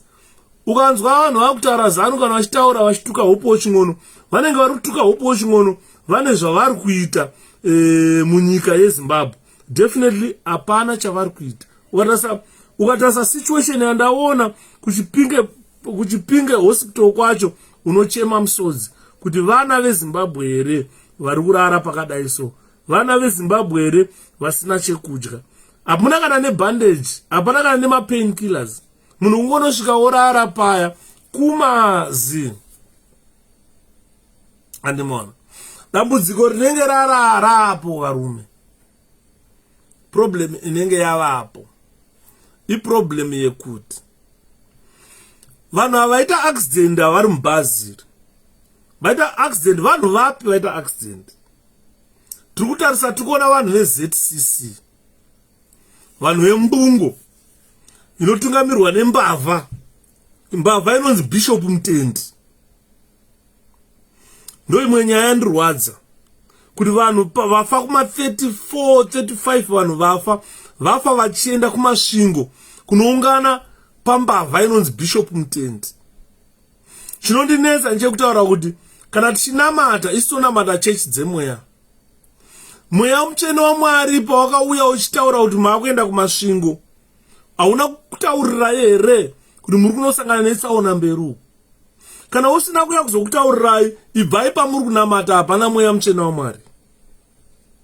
Mweya mutsvene waMwari unotaura kuti ndaona maita tsaona, asi ndaona maita tsaona, ndaona vamwe wenyu vaparara, ndaona vamwe wenyu vapona. Kana wada kuenda unoenda, kana tsaona yaitika waparara, ndiwo unenge wakataurwa nemweya mutsvene waMwari. Ndakamboti mwe musi tichinamata tiri kunoku, mweya mutsvene waMwari wakauya, ndaive nemwana aitaura nengoda, aitaura nemweya mutsvene waMwari. Ndobva wataura mweya mutsvene waMwari ukati muri kuenda kunonamata Sande? Ndikati zvikanzi taona, ndaona mapinda tsaona, asi handina kuona paita tsaona yakakura zvayo. Bhazi ramunenge makwira ndaona raita tsaona. Zvikati saka Mwari toita torega kuenda, zvikanzi havana kuti regai kuenda, endai munonamata, nokuti hapana ari kuzokuvara pamuri imimi. Noza takabuda mumba tichitoziva kuti kwatiri kuenda kuchaita tsaona. Nobva taenda muStockton ubva takwira bhazi national mabhazi kunoko mazupwe kunoko anonzi maNational Express. Nobva taenda kuMiddlesbrough rainotora vamwe vanhu. Tasvika paMiddlesbrough rakapa giveaway imwe motikari. Amene driver akafunga chii, aibva anotena oncoming car kubva vanopwanya motikari yemudhara inobva atrepwa inside. Saka takabva tangunzi burukai panapa, bhazi richakwanisa kuti ribviso, takutomirira fire brigade icheke motikari. Kana acheka motikari ukwanisa kuretrieva munhu atrepwa. Saka vanhu vavepo vacho vanenge vachibvunza, vamwe vachibaya majekiseni ekuti pain iite shoma, vachitaura naye. Ndozvinoitika paaccident izvozvo, kuti paramedic vanofanira kusvika, namaambulensi anofanira kusvika vachitora vakuvara zviri serious, vachimhanya navo, vamwe vachiri kufema vachiri right, vachiisa madripi, vachitaura vachavabaya majekiseni epain, kuitira kuti pavanozopedza kutakurwa vanhu vese vanenge vawana health care. But tine problem yekuti mukatarisa pabhazi rearia papasina any provision of health care. Panofa vamwe vanhu vasiri supposed kufa. Mumwe munhu anogona kungosvika okusimudza wavhunika mutsipa otobva atokuuraya, iwe wanga uchifanirwa kupona. Andi muri kuona nyaya yebhazi rekuSkyline iro riya rekuZCC Mbungo. Ndinokumbira vanhu vanonamata machechi ayaya kuti imbotangai mafunga kuti kwamuri kuenda muri kunonamata Mwari here kana muri kunonamata chimudhara chimbavha chache. Chimudhara chache chakapuwa $600,000 yekureserve bank, haana kudzosera kana send. Pakabuda mari yakatorwa yakandotwa neZANU-PF yakasvika 30 million yavaigowana naAndrew Taunashe, iyo madharano vamoti vanhu vembungo vaya, vanani vanatemba muliswa, vanhu vazhinji vese vakaluta mari dzadze. Saka ndachitaura kuti vanhu vaimbavha tiri kutaura zvatoziva kuti kana uchinonamata chechi inotungamirwa nembavha uri kunonamata chii? Uri kunonamata Mwari here kana unodzidziswa chimbavha? Munhu ungatofa mbazi uchienda kuti ndiri kuenda kuZCC Mbungo kunonamata. Zvinhu zvandirwadza so. Chitarisawo nepamaitira accident yacho. Pafa vanhu. Vamwe zvatozvirema for life. That is an accident that can change life. Vanhu zvatozvirema for life, ladies and gentlemen. Zvinhu zvinorwadza, inini hangu ndarwadziwa. Kuti vana veZimbabwe, I don't know why we don't learn.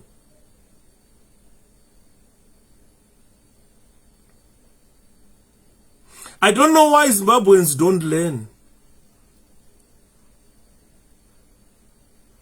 Zimbabweans must learn. I don't know why. Cry, my beloved country. Ukatarisa gumbezi racho rakafugwa nemunhu abva aita accident abva. Haana kana bandage pai, haana kana chi. Akangopfeka madhende abva nawo mu accident imomo. Cry, my beloved country.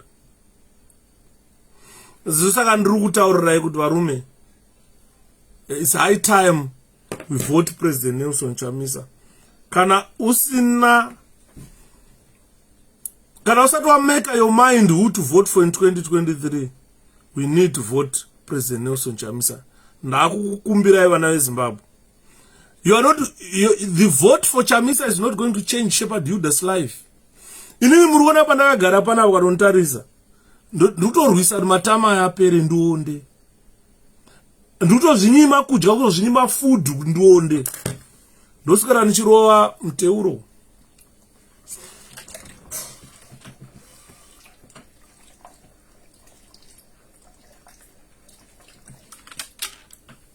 Ndoda kuonda. Andimona. Andisuda kuramba kudya uku. Asi matama yokuti but matama ekudya chikafu. Chikafu chacho kuno kune dzino nyika vanota chikafu chekurasa. Andimurona nyaya dzati kutaura. Nasi vanhu vasati vapedza kuchema. Munyika maitika tsaona vanhu vasati vapedza kuchema. Maungana kwamakandiwa muri kunamatei. Apa runzi bhazi radeclarewa a national disaster. Vanhu bazoti vanoungana kuchema kwafiwa. Vari kuungana kwamakandiwa pa national disaster. Bhazi rauraya vanhu 35. Ukabvunza kuti pavanhu inbox me and I will give you receipt yekuluza weight. Recipe yekuluza weight. Ndanzwa izvozvi dumburu ratokura ngeairbag. Ndaita sa picture ndichipinda mu UK zvananga ndiri nezvandave nazvo.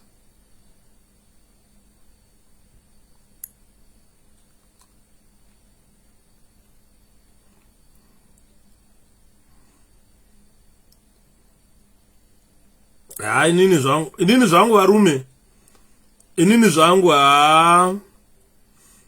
kunamata ana makandiwa. Naredi.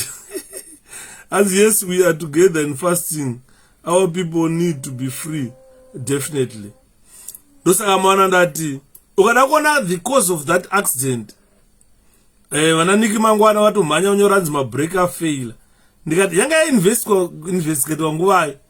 2 minutes after accident yaitika mabreaker failure. You know, spokesperson of government.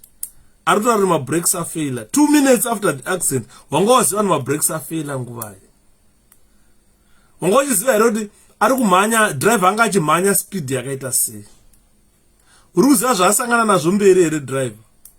Zvazokonzera kuti bhazi ribude muroad. Rabuda muroad ramhanya for how long? Risati radona. Kukudona kwaraita kwacho raputika razodona zvakaita sei rirole chichakonza rirole. Quite a lot of things that are considered for accident investigation. They made a mockery of the sacrifice that our Lord Jesus Christ. It's a mockery. 𝗓𝗐𝗀 Chiwenga, instead of visiting those who are in hospital and deceased families, they will praise the Makandiwa church seriously. It's something, ndosaka murandi kutaura kuti varume tinoda president Chamisa. Takuda a new president in our country. Takuda munhu anoziva zvaanoita nekutungamirira nyika. Atichada vanhu vari confused, vasiri kuziva kuti voitei nenyika. Ndoitei nenyika, abura mandoitei nenyika isaka. Ndoitei nenyika, aburama, ndoitei nenyika isaka. Ndoitei nenyika, aburama, ndoitei nenyika isaka. Tovotera President Nelson Chamisa. Sakwa nhasi chirega timigumire pano. Hembe yandakapfeka iyi ine nhoroondo iyoyi. I think vanhu vakaita ma 10 pounds ndozokuudzai secret nehembe inoyi. Mukakanda ma 10 pounds mangwana ndogona kumisa zveindependence ndoya ndokutaurirai hembe iyo. Hembe yamuri kuona iyi mumwe munhu anozogona kuzoitenga kana 30,000 pounds hembe iyoyi, nangoipfeka kuti vanhu vamboiona kana ndakutaura nezvayo muzotapirirwa. Hembe iyoyi ndakapfeka inoyi ine nyaya. Iyoyi nenyembei mumwe munhu anozogona kuda kuitenga kuichengeta kuzoratidza vana vake kana kuzoratidza dzinza kuti ona hembe yakaita zvakati ndo hembe yacho yanga yakapfekwa iyi. Vanhu vakuuraiwa nevakuru vemachechi. Masatanist vai vanhu vari kuchekeresa vanhu muZimbabwe. Masatanist vai vari kuchekeresa. Ndimona. I'm saying there is no church leaders in Zimbabwe. Amuna simomo ndo chokwadi. Amuna. Andimona. Saka toitei nenyika abura matoitei nenyika isaka. Toitei nenyika aburama, toitei nenyika isaka. Toitei nenyika aburama, toitei nenyika isaka. Toitei nenyika aburama, toitei nenyika isaka. Diriho rairo vanogara mudiriho rarembanje, vanogara mudiriho rairo, vanogara mudiriho rarembanje, vanogara mudiriho vakomana, vanogara mudiriho rarembanje, vanogara mudiriho musatambe navo, vanogara mudiriho rarembanje, vanogara mudiriho ravakomana. Mudiriho rarembanje, vanogara mudiriho vakomana, vanogara mudiriho rarembanje, vanogara mudiriho musatambe navo, vanogara mudiriho rarembanje, vanogara mudiriho ravakomana. Diriho rarembanje, diriho ravakomana. Diriho rarembanje, vanogara mudiriho vakomana, vanogara diriho rarembanje, vanogara mudiriho musatambe navo, vanogara mudiriho rarembanje, vanogara mudiriho ravakomana. Hanzi mukoma Yudha zvimaprofita zvakubuda musaga pakaipa atetetari mamarova atete vangu. Ngatitaurei mangwana maswera sendaswera ndimbokondinya nebasa randanga ndichiita. Regai nditi good night vana veZimbabwe, morara zvakanaka. Diriho ravakomana. Morara zvakanaka naye. Kune regai ndidzise mufesi baba Den makadi kune mufesi wokutaura kuti hanzi unosaluta neleft hand. Hanzi handimboziva kuti wanga uri ungadyerere kana chinosaluta neleft hand. First of all, regarding Mutauro, 1, I was an instructor in the prison services. 2, ukaona lanyard aiswa ku right, inoiswa ku left. Ndidzise mfesi yawo futhi. Ndora mechimdzisa every day kusvika anzwisisa. Lanyard, inonzi lanyard. Ine whistle. Ine whistle. Ine whistle. Inonzi lanyard. Ndakaipuwa ndichipinda basa 1986. Whistle nelanyard kana zvichipfekwa pauniform yechiuto zvinopfekwa kuleft hand side. Yobva mirai munhu ona diri hora vako inobva yapinda pano apa, ndoba inobva yapinda apa whistle yacho yogara mupocket sezvizvi. Saka ukaona iri kuleft, this is my left hand side, it's not my right hand side. Ukaona ndisaluta neruru ruoko ndiri kusaluta right hand side rangu. Salute echimilitary is the longest way up, then shortest way down. Ukabata pandataura ipapapa kana uri muuto wakatrainwa chiuto anoziva zvandataura. Andiwaiona pana ndichitaura na change arms, check up, check down, check swing. Chiuto iyo cheje. Change step left right, change step left right, change step left right, change step left right. Chiuto iyo ndichitaura iyo.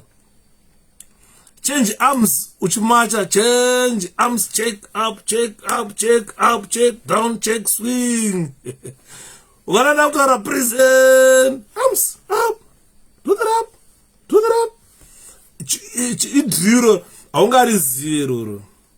And kana usina kuzvitrainwa, haungazvizive. A general salute, present arms, change arms, wakamira, you can change arms, uchimacha, zvakawanda. Change step left right, change step left right, change step left wheel uchiwila. Tikakudzisa drill mufesi uya ndinoda kuti angoziva lanyard ndiye wandapfekera uniform. Lanyard inoiswa ku left side nerengi dzacho.